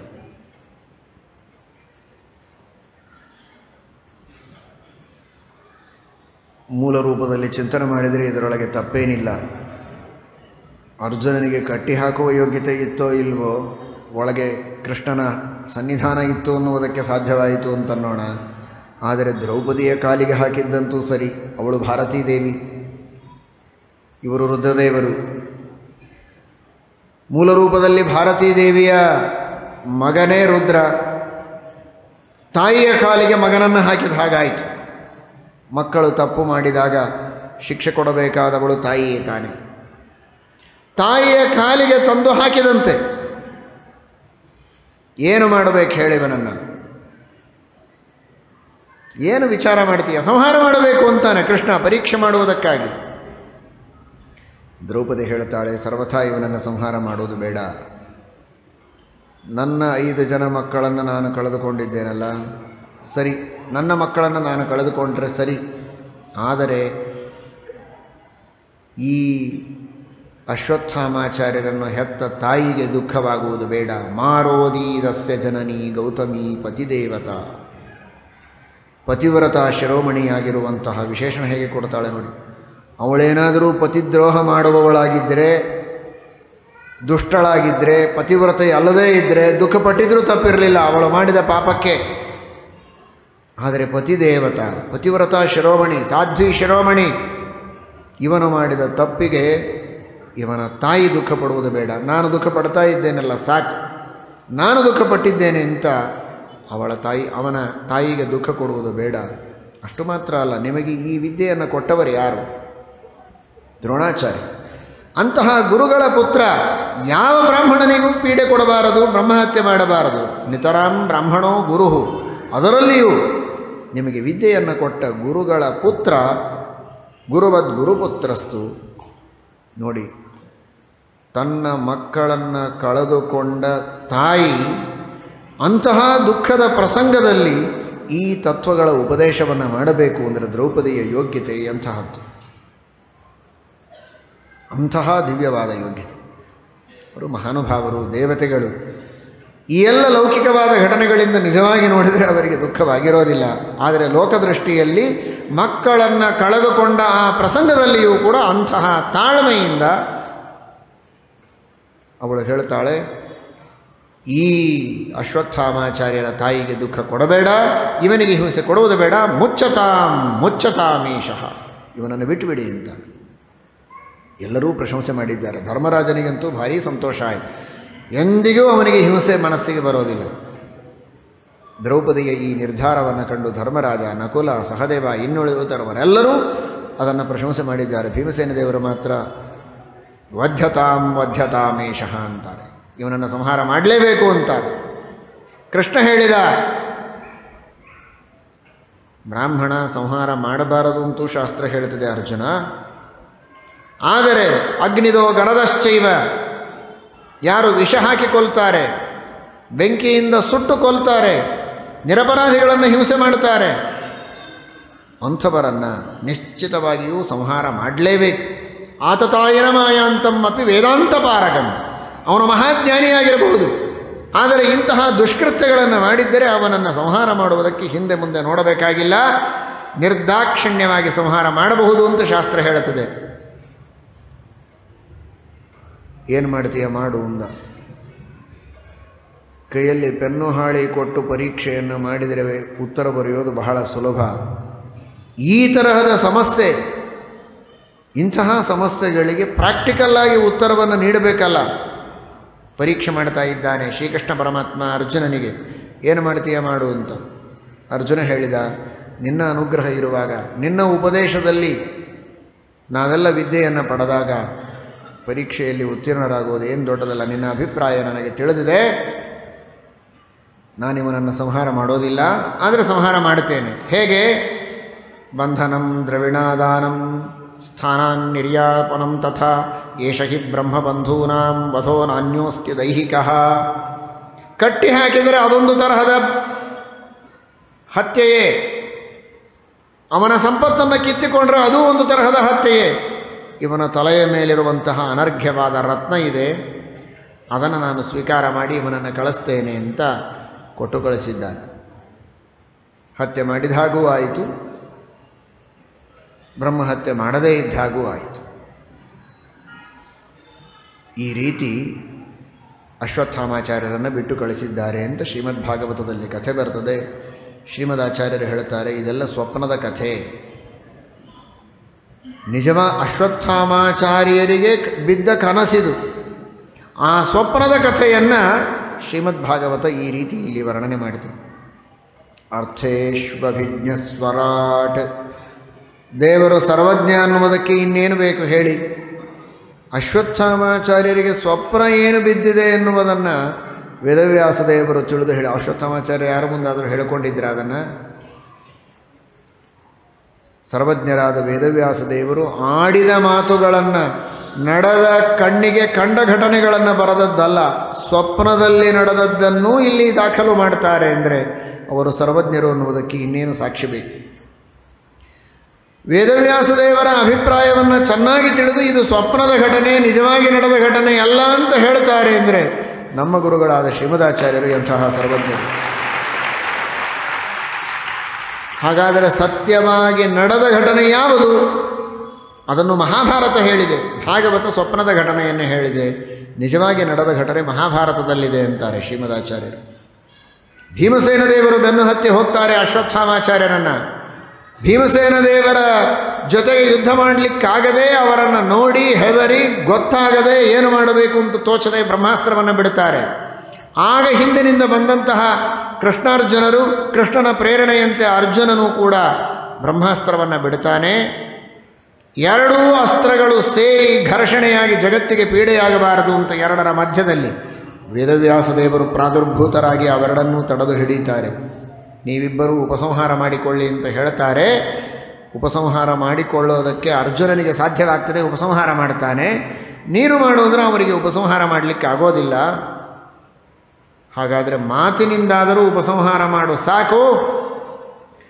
ಅರ್ಜುನ ಅದನ್ನು ಉಪಸಂಹಾರ ಮಾಡಿಕೊಳ್ಳುತ್ತಾನೆ ಅಂತ ಹೇಳಿದಾಗ ಅರ್ಜುನನೇ ಅದನ್ನೂ ತಾನು ಉಪಸಂಹಾರ ಮಾಡಿಕೊಳ್ತಾನೆ. ಆಗ ಶ್ರೀಕೃಷ್ಣ ಪರಮಾತ್ಮ ಅಶ್ವತ್ಥಾಮಾಚಾರ್ಯರಿಗಂತಾನೆ, ದ್ರೌಪದಿಯ ಪಾಂಡವರ ವಂಶವೇ ಸಂಪೂರ್ಣವಾಗಿ ನಿರ್ಮೂಲನವಾಗಬೇಕು ಅಂತ ಸಂಕಲ್ಪ ಮಾಡಿದ್ದೀಯಲ್ಲ,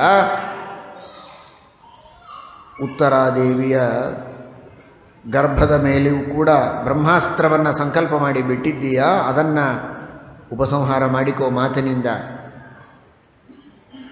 ಮಾಡೋದಿಲ್ಲ ಅಂದಿದ್ದಾರೆ. ಆಗ ಭಗವಂತ ಹೇಳ್ತಾನೆ,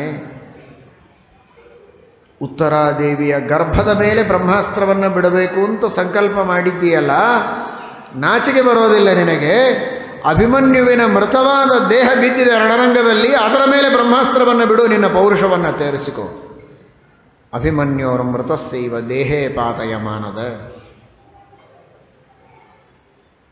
ಒಂದು ಗರ್ಭದ ಮೇಲೆ ಬ್ರಹ್ಮಾಸ್ತ್ರವನ್ನು ಪ್ರಯೋಗ ಮಾಡುವುದು ಅಂದರೆ ಅಷ್ಟು ಹೀನವಾದಂತಹ ಕೃತ್ಯ. ಸಜ್ಜನರು, ಸಾಧುಗಳು, ನಿರುಪದ್ರವಿಗಳಾದಂತಹ ಪಾಂಡವರು ಅವರ ವಂಶವನ್ನು ನಿರ್ಮೂಲನ ಮಾಡುವಂತಹ ಎಂತಹ ದುಷ್ಟವಾದ ಆಲೋಚನೆಯನ್ನು ಮಾಡ್ತಾ ಇದ್ದಿ. ಸಂತತಿರ ವರ್ಷ ಸಹಸ್ರಂ, 1000 ವರ್ಷಗಳವರೆಗೆ ಪಾಂಡವರ ವಂಶ ಇದು ಅತ್ಯಂತ ಉಜ್ವಲವಾಗಿ ನಡೆಯಬೇಕು ಅನ್ನುವುದು ನನ್ನ ಸಂಕಲ್ಪ. ನೀನೇನು ಮಾಡಿದರೂ ಅದನ್ನು ಬದಲಾವಣೆ ಮಾಡುವುದಕ್ಕೆ ಸಾಧ್ಯ ಇಲ್ಲ. ಇದು ನನ್ನ ದೃಢವಾದಂತಹ ನಿರ್ಣಯ. ನಿನಗೆ ಕೀರ್ತಿ ಬರಲಿ ಅನ್ನೋದಕ್ಕೆ ನಾನು ಹೇಳಿದ್ದಷ್ಟೇ. ನೀನು ಉಪಸಂಹಾರ ಮಾಡದೇ ಇದ್ದರೂ ನಾನು ರಕ್ಷಣೆ ಮಾಡ್ತೇನೆ ಅಂತ ಭಗವಂತ ಹೇಳಿದ್ದಾನೆ. ಯಾವಾಗಲೂ ದುರ್ಗಂಧಯುತನಾಗಿ ಅರಣ್ಯದಲ್ಲಿ ನೀನು ಸಂಚಾರ ಮಾಡು. ವ್ರಣಸಂಚಿತಾಂಗ, ದುರ್ಗಂಧಯುಕ್ತೋ ವ್ರಣಸಂಚಿತಾಂಗ. ಯಾವಾಗಲೂ ಅರಣ್ಯದಲ್ಲಿ ನೀನು ಸಂಚಾರ ಮಾಡ್ತಾ ಇರಬೇಕು. ಎಲ್ಲಿ ಕೋಲಾಹಲ ಇದೆ ಅಂತಹ ಸ್ಥಳದಲ್ಲಿ ಜನರ ತಲೆಯ ಮೇಲೆ ನೀನು ಓಡಾಡು. ಹೀಗೆಲ್ಲ ಶಾಪ ಕೊಟ್ಟಾಗ ವೇದವ್ಯಾಸದೇವರು ತಥಾಸ್ತು ಹೊಂದಿದ್ದಾರೆ. ಗಾಬರಿಯಾಯಿತು ಅಶ್ವತ್ಥಾಮಾಚಾರ್ಯರಿಗೆ. ಕೃಷ್ಣ ಶಾಪ ಕೊಟ್ಟರೆ ಅವರಿಗೆ ಅಷ್ಟು ತಲೆ ಕೆಡಿಸಿಕೊಂಡಿಲ್ಲ. ವೇದವ್ಯಾಸದೇವರು 2 ರೂಪಗಳಿಂದಲೂ ನನ್ನನ್ನು ಬಹಿಷ್ಕಾರ ಮಾಡಿದರೆ ನನ್ನ ಉದ್ಧಾರ ಹೇಗೆ ಅಂತ ವೇದವ್ಯಾಸದೇವರಿಗೆ ಮತ್ತೆ ಶರಣು ಹೋಗಿದ್ದಾರೆ. ವೇದವ್ಯಾಸದೇವರು ಅನುಗ್ರಹವನ್ನು ಮಾಡಿದ್ದಾರೆ. ಈ ರೀತಿ ಅಶ್ವತ್ಥಾಮಾಚಾರ್ಯರನ್ನು ಕೊಟ್ಟು ಕಳಿಸಿದ್ದು, ಕಟ್ಟಿ ದ್ರೌಪದಿಯ ಪಾದಕ್ಕೆ ಹಾಕಿದ್ದು, ಇದೆಲ್ಲ ಕಥೆ ಮಹಾಭಾರತದಲ್ಲಿ ಬಂದಿಲ್ಲ. ಇದು ಭಾಗವತದಲ್ಲಿ ಬಂದದ್ದು ಕೇವಲ ಸ್ವಪ್ನದ ಕಥೆ ಎಂಬುದಾಗಿ ಶ್ರೀಮದಾಚಾರ್ಯರು ತಿಳಿಸಿಕೊಡ್ತಾರೆ. ಈ ಕಥೆಯಿಂದ ನಾವು ತಿಳಿಯಬೇಕಾದದ್ದಿಷ್ಟೇ, ಅಶ್ವತ್ಥಾಮಾಚಾರ್ಯರು ರುದ್ರದೇವರು ಸಂಹಾರವನ್ನು ಮಾಡುವಂತಹ ದೇವತೆ. ಸ್ವಯಂ ರುದ್ರದೇವರು ತಾವೇ ಬಂದು ಸಂಹಾರವನ್ನು ಮಾಡಬೇಕು ಅಂತ ಸಂಕಲ್ಪ ಮಾಡಿ ಬ್ರಹ್ಮಾಸ್ತ್ರವನ್ನು ಬಿಟ್ಟಾಗಲೂ ಪರೀಕ್ಷಿತ್ ರಾಜನನ್ನು ಭಗವಂತ ರಕ್ಷಣೆ ಮಾಡಿದ ಅಂದರೆ ಆ ಭಗವಂತನ ಸ್ವಾತಂತ್ರ್ಯ ಎಂಥದ್ದು! ಸ್ವರಾಟ್, ಸ್ವತಂತ್ರನಾದಂತಹ ಭಗವಂತ ತನ್ನ ಇಚ್ಛೆಯಂತೆ ತಾನು ಪರೀಕ್ಷಿತ್ ರಾಜನನ್ನು ರಕ್ಷಣೆ ಮಾಡಿದ್ದಾನೆ. ದೇವರ ರಕ್ಷಣೆ ಇದ್ದರೆ ಯಾವ ದೇವತೆಗಳು, ಯಾವ ದೈತ್ಯರು, ಯಾರೂ ನಮಗೆ ಬಾಧೆಯನ್ನು ಮಾಡುವುದಕ್ಕೆ ಸಾಧ್ಯ ಇಲ್ಲ ಅನ್ನುವಂತಹ ಒಂದು ದೊಡ್ಡ ಭರವಸೆಯ ಸಂದೇಶವನ್ನು ಈ ಮೂಲಕವಾಗಿ ಶ್ರೀಮದ್ಭಾಗವತ ನಮ್ಮೆಲ್ಲರಿಗೆ ನೀಡುತ್ತಾ ಇದೆ. ಶ್ರೀಕೃಷ್ಣಾರ್ಪಣ.